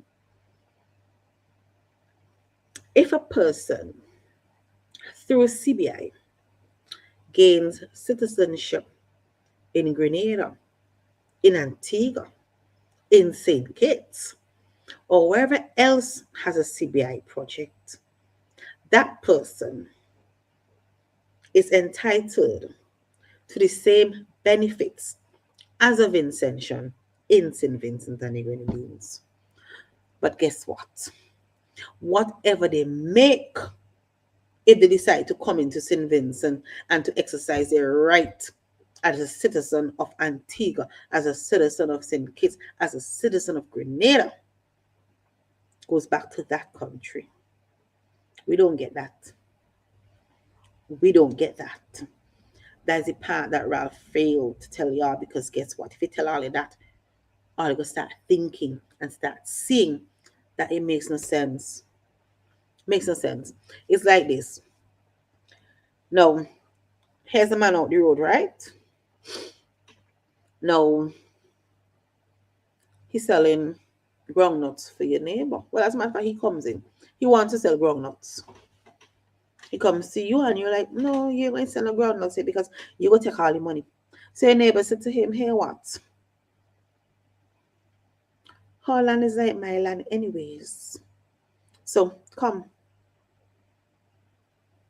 And your neighbor gives him permission to sell the groundnuts. And the next thing you know, he's selling the groundnuts. And then he comes onto your property to sell the groundnuts too. Because guess what? It's the same thing. So he's selling groundnuts on your property, selling groundnuts on the neighbor property, but only the neighbor benefiting, you not benefiting. That is St. Vincent and Grenadines in a CBI project. Once they get citizenship in any of these other countries, they could move to St. Vincent and Grenadines and set up shop. Just like we could move to Antigua and set up shop. Just like we could move to St. Kitts and Grenada. But they don't tell you these things because they want you out there poor and ignorant. They love when you out here jumping up. NDP want to sell passport. And while you in the front jumping up, NDP want to sell passport. Them in the back selling islands. Them in the back selling whole islands. And you in the front of the yard, NDP want to sell passports. You ain't got no passport for nobody to sell. It's not your passport they're going to sell because you ain't got none. You ain't got no passport. Nobody will sell what you don't have. You don't have a passport. Shut up. Shut up. telling people we're vaccinated because you want to travel, but you ain't got no passport and you ain't got no money to travel. Me ain't even got money for travel, so me know you ain't got. I don't have 1 cent to travel further than here and Kingston. So me know you ain't got none either because time's hard. Under this ULP government, things hard. So stop behaving like fool. Stop behaving like fool and stop running around, jumping about. You see, we spend a whole night on this quarry business. It's because we have to talk about this quarry. We have to stop this quarry. If we don't stop this quarry, we're all going to feel it. Every last one of us. Could you imagine what it means? As somebody pointed out on the radio, I'm not sure if it was Mr. Cummings or it was Bigger Biggs, but somebody pointed it out when they said that Reno has a lease for 30 years, right? But with the rate they're going down, we might wake up a morning and see the whole of Leeward flat. And then guess what? He sells his material and he go about his business. And we sit down here, we'll be left watching down and saying, what the heck? When did that happen? And hear the thing about it, how long a tree takes to grow? Trees don't shoot up overnight. Trees do not shoot up overnight. It takes years for trees to grow. So here's what's going to happen in North Leeward. Remember, Reno is the one who say he don't know how far down he has to go to find what he needs. So all that land there is going to be taken off and eventually going to be washed into the sea. So by the time Reno is finished with Richmond, all Richmond is going to have is stone. I wonder if y'all understand this. That by the time Reno is finished with Richmond, all Richmond is going to have is stones. There will be no soil down there. So it's not to say that when, notice what Dr. Murray said, Dr. Murray said that the project that he was working for years ago, they had a system where you work over here, let that place build back up when you finish, then you go over here. Then you let that replenish itself, and then you go over here. We don't know what's happening down Richmond. Because from the looks of Richmond, Reno is just moving like Speedy Gonzales. Voop, voop, voop. By the time he's done, whether it takes him 5, 10, or the full 30 years, all that's going to be done at Richmond is stone. Let me break that down even further. By the time Richmond is left alone, there will be no planting of anything down there because there will be no soil to plant any trees. I wonder if y'all understanding this, that Reno might have a lease for 30 years, but the devastation is going to be with us for more than 30 years. It is probably going to take us a good 60 years before we could even think of going down in that place. Because with his record in Trinidad, in St. Lucia, you wouldn't know what sort of explosives might be lying around down there neither. So you wouldn't want to go venturing down there in that quarry after he's done. You might just blow yourself up. He has a lease for 30 years. But the devastation that is going to be done to our drinking water, our hydropower, our homes, our road network, our sea life, because darling, in a Wenhana Reef and nothing going to be down Leeward. So we're looking at replenishing land and sea. When all of that soil from Leeward that you're watching there now goes into the sea, what do you think going to happen? Not Leeward, people really and truly think that they're going to be getting food from this sea down there? Come on. So, Reno messing up marine life in the north, North Leeward.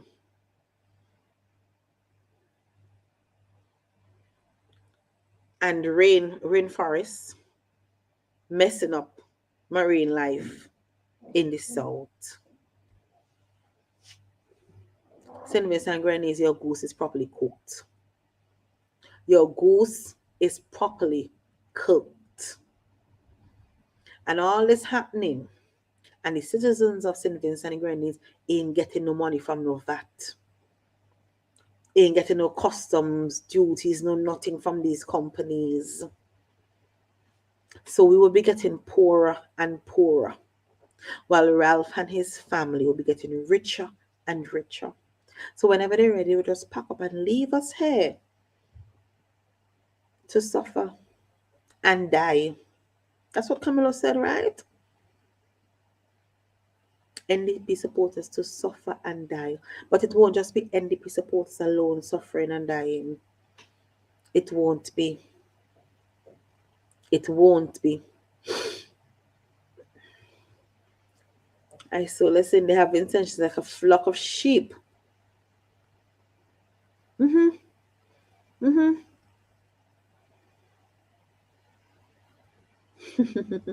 Oh yes, Mike, I remember that whole selling passport thing with Camille, one sexy pastor, where they said they're going to investigate, and up to now we don't know who was selling the passport.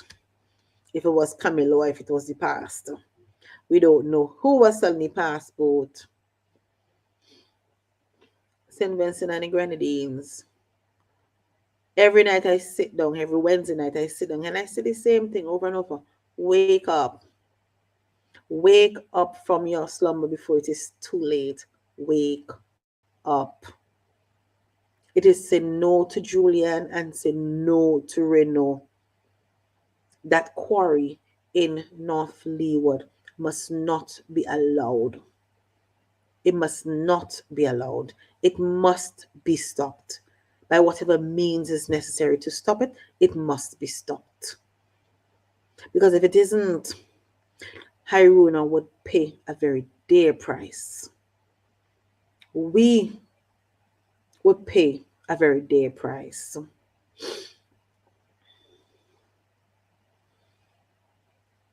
I don't know what else to say that would make y'all understand the gravity of the situation.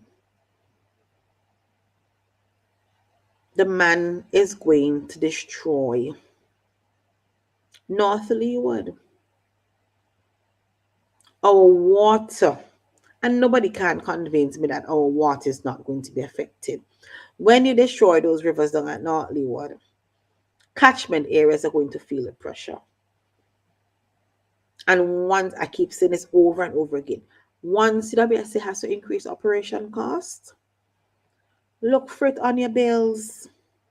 And we know that we have no salary increase to get under the ULP.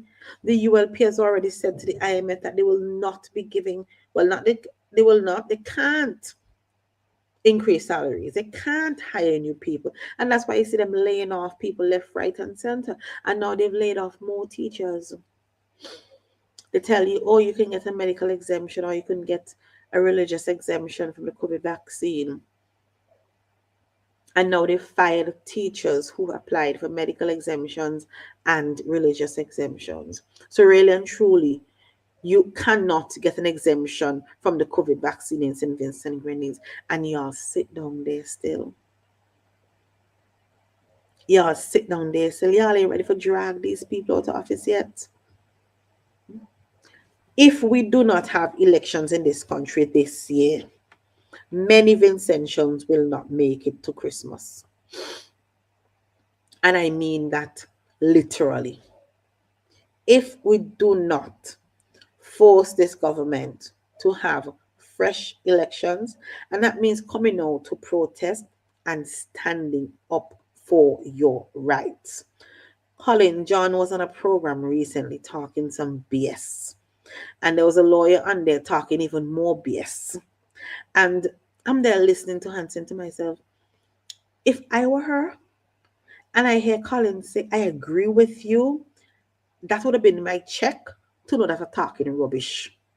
So Colin is there talking about public processions and public meetings, trying to use the Public Order Act once again to say that he must be notified. And he could say this and he could say that. Colin John, a meeting and a procession, not a protest. And that same Public Order Act that you're discussing, you could have called Israel Bruce to show you the part in it where it defined a public meeting and it defined the procession, defined the meeting, it defined procession. And the other thing to Colin, I want you to explain to Vincentian public. How is it? I don't want you to explain. I want you to tell the people of St. Vincent and Grenadines, because I know you're on here listening, Colin. I know that. I want you to tell the people of St. Vincent and Grenadines when you're going to enforce the part of the Public Order Act that says we cannot wear political t-shirts, or as it calls them, uniforms. Please, Colin John, Commissioner of Police, who thinks he's so bright, tell us when you're going to enforce the part of the Public Order Act that says we cannot wear political t-shirts. Because the thing is, it's Colin, about law. You can't take piece of the act and leave piece of the act. If you're taking the act, you have to take the whole act. Hey, Colin, you can't take piece and leave piece. If you're enforcing the act, you're enforcing the act. Well, no, Sophia, the thing is, isn't it? He's saying that he's enforcing the Public Order Act. So if he's enforcing the Public Order Act, he must enforce it in its entirety. You have to take it as whole, not take piece and leave piece. So, Colin, I would want you to tell us when you're going to start cracking down on people wearing party t-shirts and them kind of thing. Tell us, Colin. And Colin, right then and there's where it could be proven how stupid you are. And I keep saying it as though you are as shocked as we are that you are police commissioner. Because I feel you in shock, because I am shocked that you're police commissioner. That we could have a police commissioner who is a dunce. Who is a dunce? Matter just happened and you run in front of camera. Oh, this person killed that person killed that person, and it's on investigation.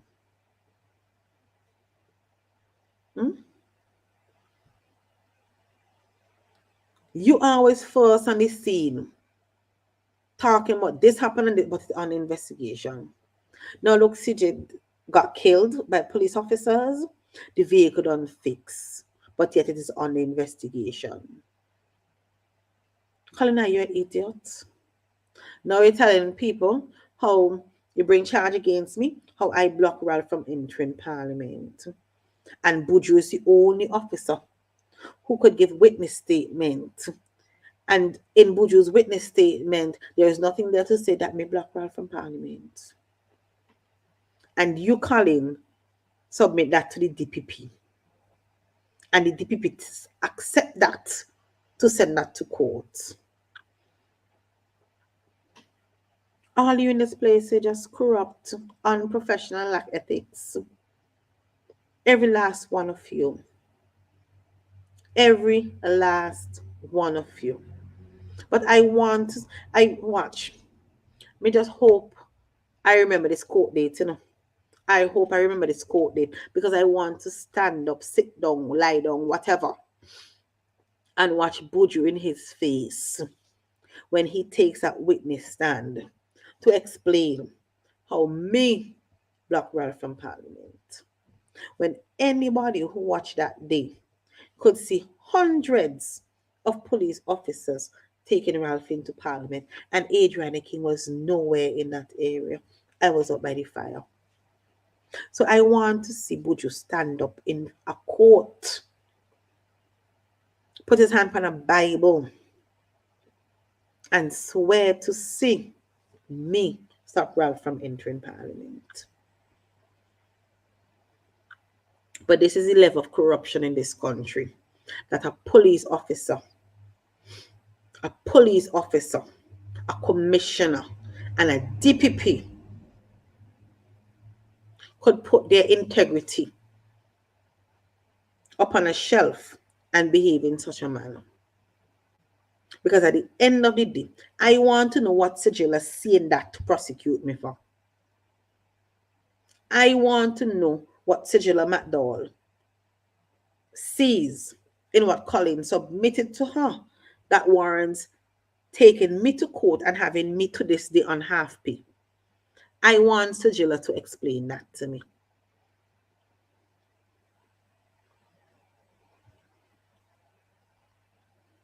It's going to be perjury, yes, Sophia. It's the same with Colin lied last week to say how Ken could have moved his van because nobody been in front of Ken and nobody been behind Ken or some dotishness. So, and how much about 5-6 people been in Kingston. When they have all the videos to show that Ken was blocked in,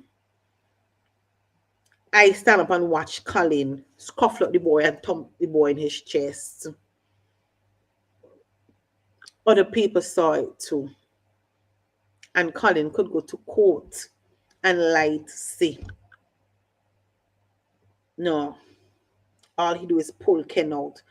He didn't pull Ken out to be arrested. Ken stepped out of the vehicle. It's on video. It's on my live. It's on my page.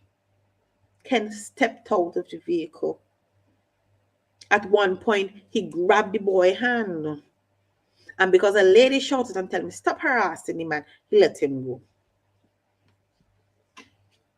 Colin, you're a liar. And old people say, after lie is thief. So I would hear at some point that he thief too. And Buju, all he for sick stomach. All he for sick dog stomach. Because I'm waiting for you, no Buju. I'm waiting for you. Because hear what? You're going to be putting a curse on your children, and every generation after that. You. For what? For greed? For tap on the shoulder from Ralph?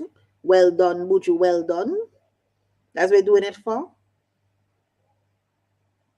Every single one of you, y'all will be putting curses on your generations. Your great grands, years from now, will be wondering what happened to them. Why they can't prosper. Why their lives are difficult. And guess what? They might even remember you. They might even remember it's your curse with upon them. That's your lies we on them. But they're going to be feeling it. They're going to be feeling it. Because when you could stand up and lie upon people like that, Buju, you're cursing the generations. You're cursing every single generation after you. Every single one of them. And same thing to Colin. All the lie and dangerous. I honestly, when I think about it, when I think that 2 senior police officers, you, Colin, Scratchy, man, are the life of theirs. And anybody, any single person, is if we had a proper judicial system, anybody who was convicted in any matter because of Colin, Scratchy, or Buju, they would now have to go get a lawyer and seek to have their cases reviewed. Because all of these men lie and dangerous. And they don't know how far they would take the lies. But you see, with the judiciary that we have here in St. Vincent and Grenadines, that ain't going to happen. That can't happen. But in a normal country where the rule of law exists, all of their cases would be under review. Every single case would be under review because them lie. Lie and dangerous. Colin especially, Buju especially, Scratchy especially. Lie and dangerous. Colin is not ghetto, no Sophia. Colin is not ghetto. Colin is trash. He is not ghetto at all. I have students who are from the ghetto and they could teach Colin a thing or two about manners and behavior. Colin is not ghetto. Colin is gutter. You have the G there right, but wrong word. Colin is not ghetto. He's gutter. That's what he is. Definitely can't run from retribution. Definitely.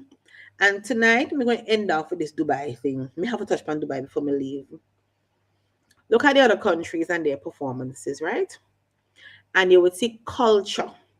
You would see them expressing their culture in their performances. St. Vincent went to Dubai. We don't even know what St. Vincent went to Dubai to do. We don't even know. We don't even know who went to Dubai. You see this one here, wife? I think somebody showed me a picture with somebody. This is Carlos' wife. I don't know what she looks like, so I can't. It's her. Luther wife. The lady from Invest SVG, apparently her child is there. So his spouses, his children, everybody going to Dubai. And the taxpayers of St. Vincent and Grenadines don't know who went to Dubai. We don't have a complete list of who went to Dubai and what they went to do to this day. And then we saw the fjord that they put on the system have a culture show. And you hear all the lies about who was invited and who wasn't invited. We want to find out that the dissed Kevin and the dissed Marlon Rudette. Now, we have people, and the thing is, if you look at what we did in Dubai, you'd realize that was some kind of overnight thing them doing in the hotel room. They can't tell me that they planned that from St. Vincent and carried over Dubai. Because if they planned that from St. Vincent and took it over to Dubai, jeez, they're going to call me. I'll look up and lie something for them. Waste of taxpayers' money. Waste.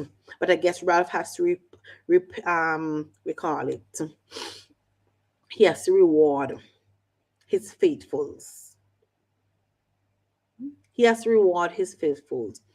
If you look at this ULP government, or if you look at St. Vincent on this ULP government, you would never ever believe that St. Vincent and Grenadines has produced people, has produced artists who have international recognition. International. I am not talking about Skinny Fabulous performing a song in Toronto or a song in New York or wherever it is. I ain't talking about that.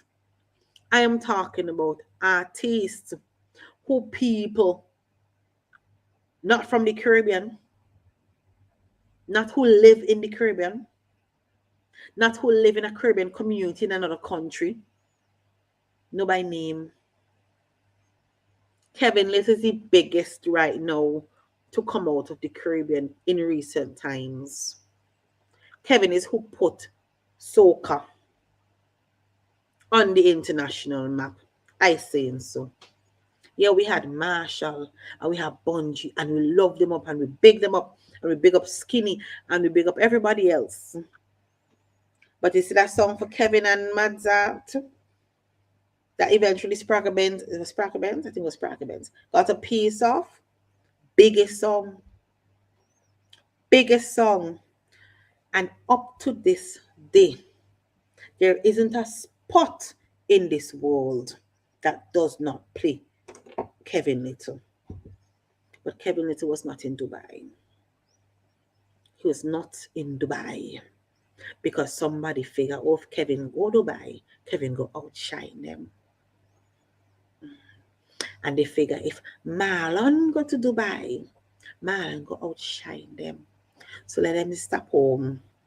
But the good thing about Kevin and Marlon and the Melizoe, I don't know if I pronounce that right, brothers, is that they don't need our money. They have success on their own. So whether we go to Dubai and leave them back or not, It doesn't affect their bread. But guess what? We could have got world-class performance. We could have got that. We could have had world-class performances in Dubai and not look like the piece of country over this zone. Trump described us as a word that Trump has used, phrase that he used to describe third world countries. I can't remember the phrase now, but y'all can know it. We could have had Kevin. We could have had Marlon. The Melissa brothers. We have Judy Boucher, my all-time favorite. Beckett made it also and had his song Teaser going how many different languages. And my thing is this. You team up an international artist because we have international artists. St. Vincent and Grenadines, we have international artists. But under this Ralph Gonsalves administration, all you will be seeing is the Louis and the Chanel and the Skinny and the fireman. That's all you'll be seeing on this ULP government. That's all you'll be seeing on this ULP government. We have international artists. We have international artists. Could you believe that? St. Vincent and Grenadines, we have international artists. So imagine if you had teamed up one of the international big names with one of the local youngsters rising up. Team up a local youngster with Kevin. Guess what? People are going to be tuning in because Kevin is performing. But guess what? Who's a youngster there? Who is a youngster with Kevin? That's some exposure. You have Marlon Rudette on stage, and you bring in one of them local upcoming somebody. Marlon is going to get some coverage in the UK and other places that he's been. And guess what? That other person is going to get a mention. They might even get a little photo. And according to how good they are, they might get a little booking too. That's how you sell. And me no music producer, me no music manager, me that. I'm just Adriana King. But that is how you sell. That's how you sell. You get the Melissa brothers. There were some boys recently. I think, who was in this group? I remember this guy, Augustus, was in this group. But they had a little music band the other day. Remember when you used to have the schools, what do you used to call it? The school band festival or something like that? Remember that's something that we used to have? We had enough time to take one of those bands and train them. Give them time to practice. Now see them boys on stage. Young musicians. See them on stage doing something with Darren or being backup for Judy Boucher. Chairman. That's how you develop your artists. That's how you give your artists exposure. But we're not about that. Ralph ain't about that. And y'all don't understand these things. The last youth development plan for St. Vincent and Grenadines was developed under the NDP back in 1995. That was the last youth development plan, 95, 96, somewhere around the 90s. The last youth development plan was developed under the NDP. And y'all jumping up and talking about Labour loves young people. So why Labour has no development plan for young people? If Labour loves young people, why Labour does not have no national development plan for young people? The last one was developed in the 1990s by the NDP. So Mikey saying the reggae band from Mespo, they're darn good. What about magical? Thank you, Osborne. What about magical? And that's something that stopped me, because I asked somebody, why is it the raining this and that not in Dubai? And my mind ran on magical, because magical is the raining something. Is either the raining road march or raining soca. Magical is raining something. Magical right now is the longest raining whatever it is that it is. Just like my girl is the longest reigning Miss SVG, because of course we've had no carnival. But magical now is the longest reigning something or the other. Why wasn't magical taken to Dubai? You have the current reigning whatever, and he's not in Dubai. He is not in Dubai, and you're convinced that these bandits care about young people. They don't. Because it's that Dubai trip. If the ULP was concerned about young people, you want to see all these husbands and wives and grandchildren and children having vacation in Dubai. You won't see that. You won't have seen that. So come on up. Tamara de Grads, thank you. So Tamara is in a magical is the reigning soca monarch. So magical is the longest reigning soca monarch. And he was not in Dubai. You're reigning soca, but you have a show in Dubai. And you call it, what they call it, Vinci Mass, Vinci Carnival, Vinci something, some carnival something. You have a show in Dubai. And you're saying it's to expose the carnival, right? But the reigning soca monarch is not in that show. Why? Because he sang a song for the NDP. And then hey, the labor rights and them. Everything I want to make political. Well, yeah, everything is political, because that's what politics is. Politics refers to everything and anything that affects the community, that affects the nation. Okay? Now, if you want to say we turn anything into partisan politics, that's different, but it is politics, eh? So Magical sang a song for NDP. And despite the fact that he's a reigning soca monarch, and despite the fact that you're gone to Dubai to say selling carnival, Magical is in St. Vincent. How magical is that? Magical is in St. Vincent. Magical is not in Dubai, helping you to sell carnival, being the reigning soca monarch. No, Magical is here. The Vinci, tomorrow I said the Vinci soca grandpa them went Dubai. It's true. And I saw somebody asking, I can't remember if it's in a newspaper article online or wherever, but I saw the question posted. Which one of them got any contract to do anything?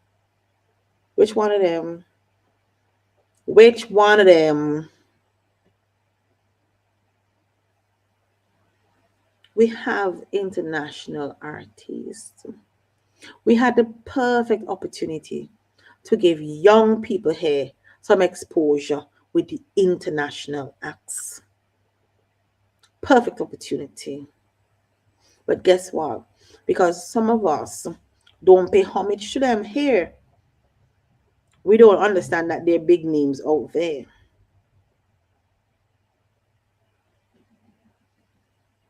Kevin doesn't need for us to pay for a ticket for him to go to Dubai. Marlon, no. Judy, no. But they would have gone to Dubai and they would have given their best had they been given the opportunity. And they would have been able to help some youngster to get a feel of what it is like to perform internationally. And that's the part that really hurt me. That's the part that really, really hurt me. That we had such a beautiful opportunity to expose a young artist to an international stage with mentorship from one of our international artists. That's what bothered me the most. Good night, Evelyn. You come on later.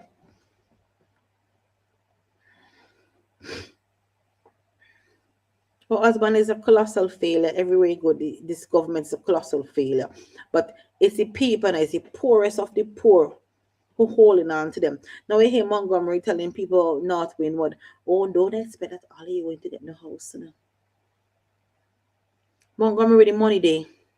Because I know that you, as in the government of St. Vincent and Grenadines, got money to fix people whole house roof and giving them one sheet of galvanized. People, instead of fixing the people in them house roofs, y'all are giving them one sheet of galvanized, 2 sheets of galvanized, and wherever else. But now you're talking about not expect to get no house. Everybody shouldn't expect to get no house. The houses that were donated since last year still lock up. Still lock up. And the last thing I want to touch on tonight, because I know time going and we spend a whole night on the North Leeward issue, but the North Leeward issue is crucial. Is that thing with us with Renton, with the playing field. Now, let me start off by saying this. Renton himself had said, or has said, that going forward, he's going to do things differently. They want black and white, he would put things in black and white. So it wouldn't be a hissy shissy kind of thing. But here's what that whole issue with Renton exposed. That whole issue with Renton exposed one thing. One thing. The fact that this ULP government cares nothing about sports. And again, where is the National Youth Development Plan? Because you see, if the government of St. Vincent and Grenadines actually had a National Youth Development Plan, you wouldn't see they're going to build hard coating choppings when the people say they want football field. You wouldn't see them shutting down every place in the Glen where them boys used to go and kick ball. You wouldn't see that.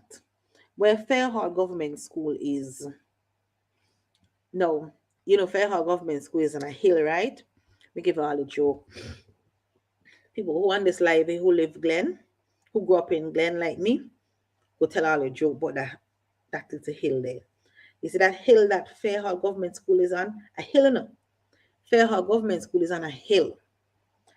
In the middle of that hill was a cricket, whatever you call that, where it does run up and down. Cricket pitch.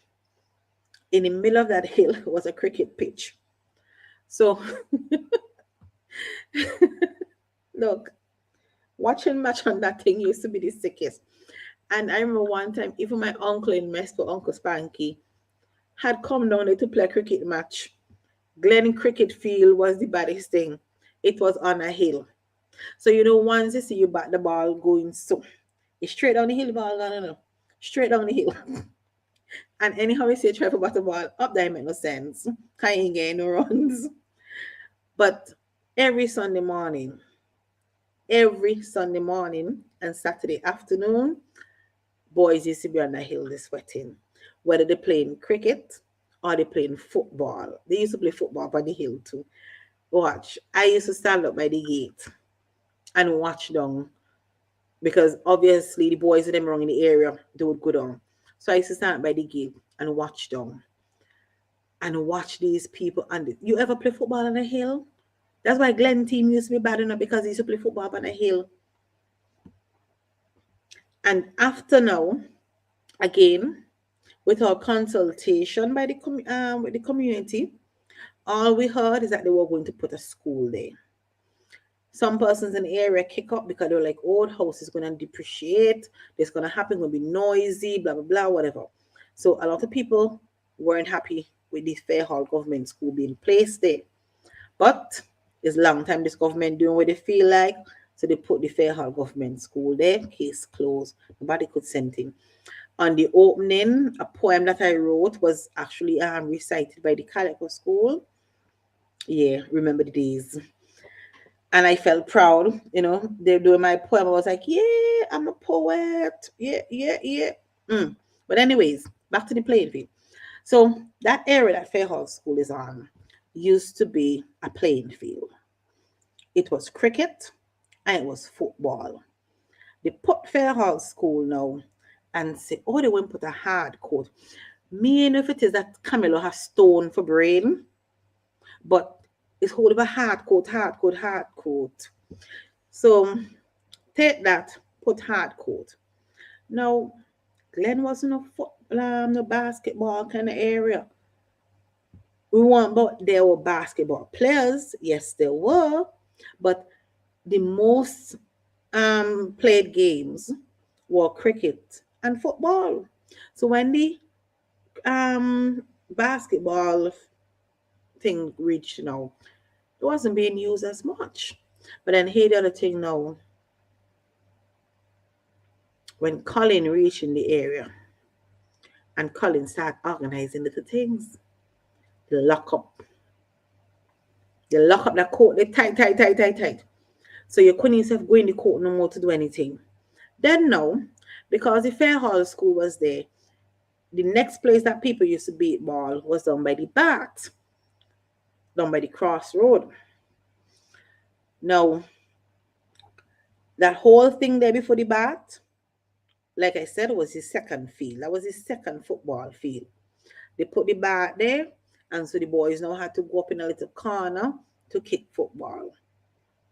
They made it work.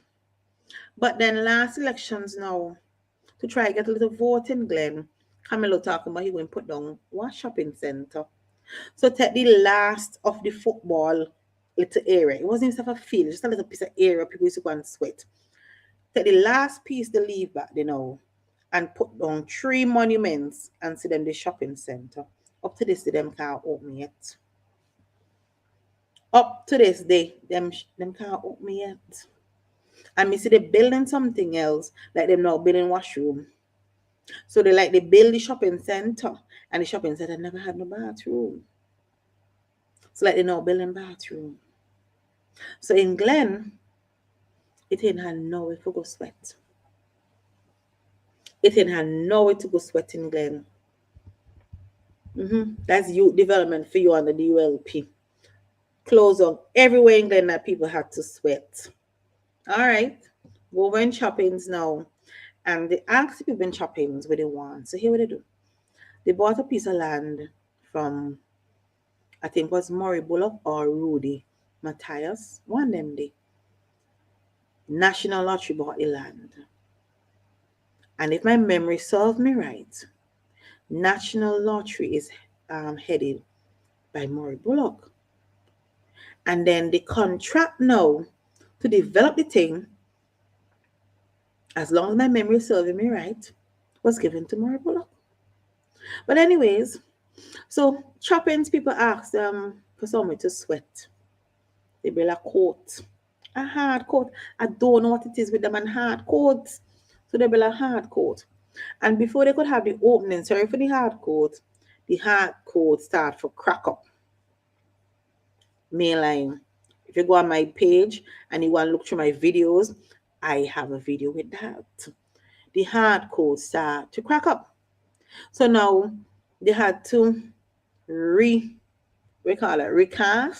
They had to cast over the hard coat that nobody never used.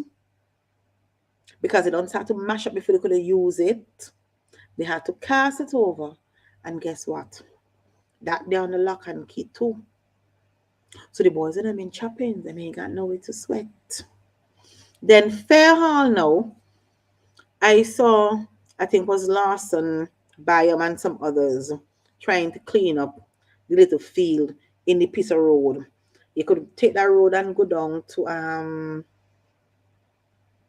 that place above Mount Moriah Church. So they were trying to fix up that field. So practically in Fairhall, in Hanover sweat neither. In Hanover sweat in Belmont, except on the hard court by the Belmont School. So they could probably go up there and play futsal. Thin hello and Fabon to sweat. Me about Carl and Ridge and them places. I mean, I think so.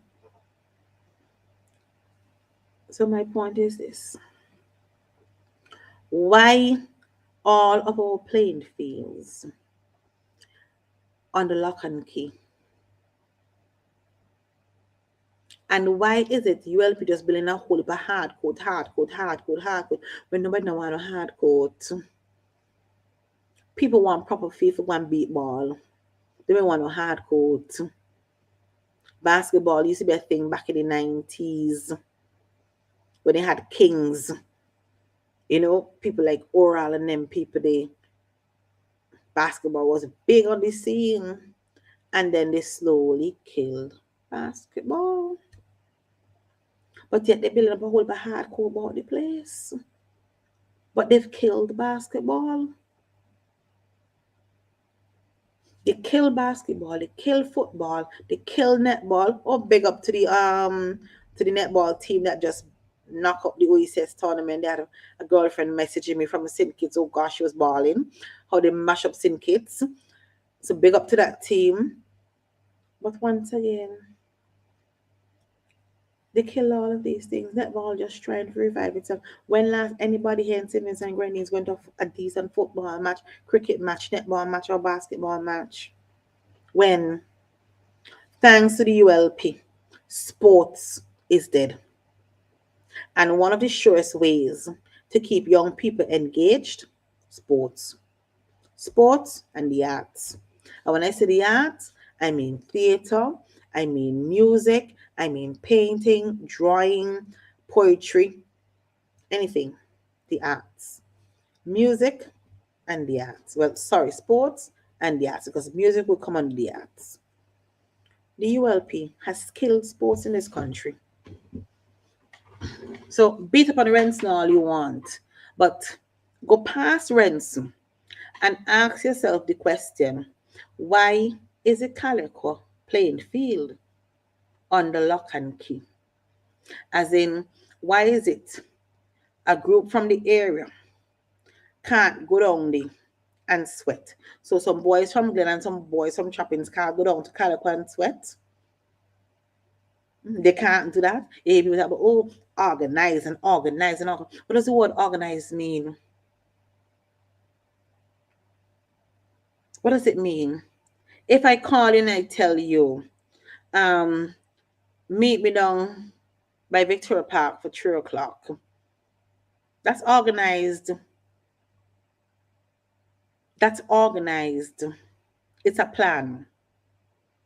If you plan to be at a particular spot every Sunday morning, like how them boys has been in Andersville sweating, if they have a schedule when they're there, that is organized. If you know, once you go down to Andersville on a Saturday afternoon at 2 o'clock, you're going to meet a team that's sweating, that's organized. It's called a schedule. If you know, if you go there Monday morning at 9 o'clock, you're going to meet these people there, it's called a schedule. It is organized.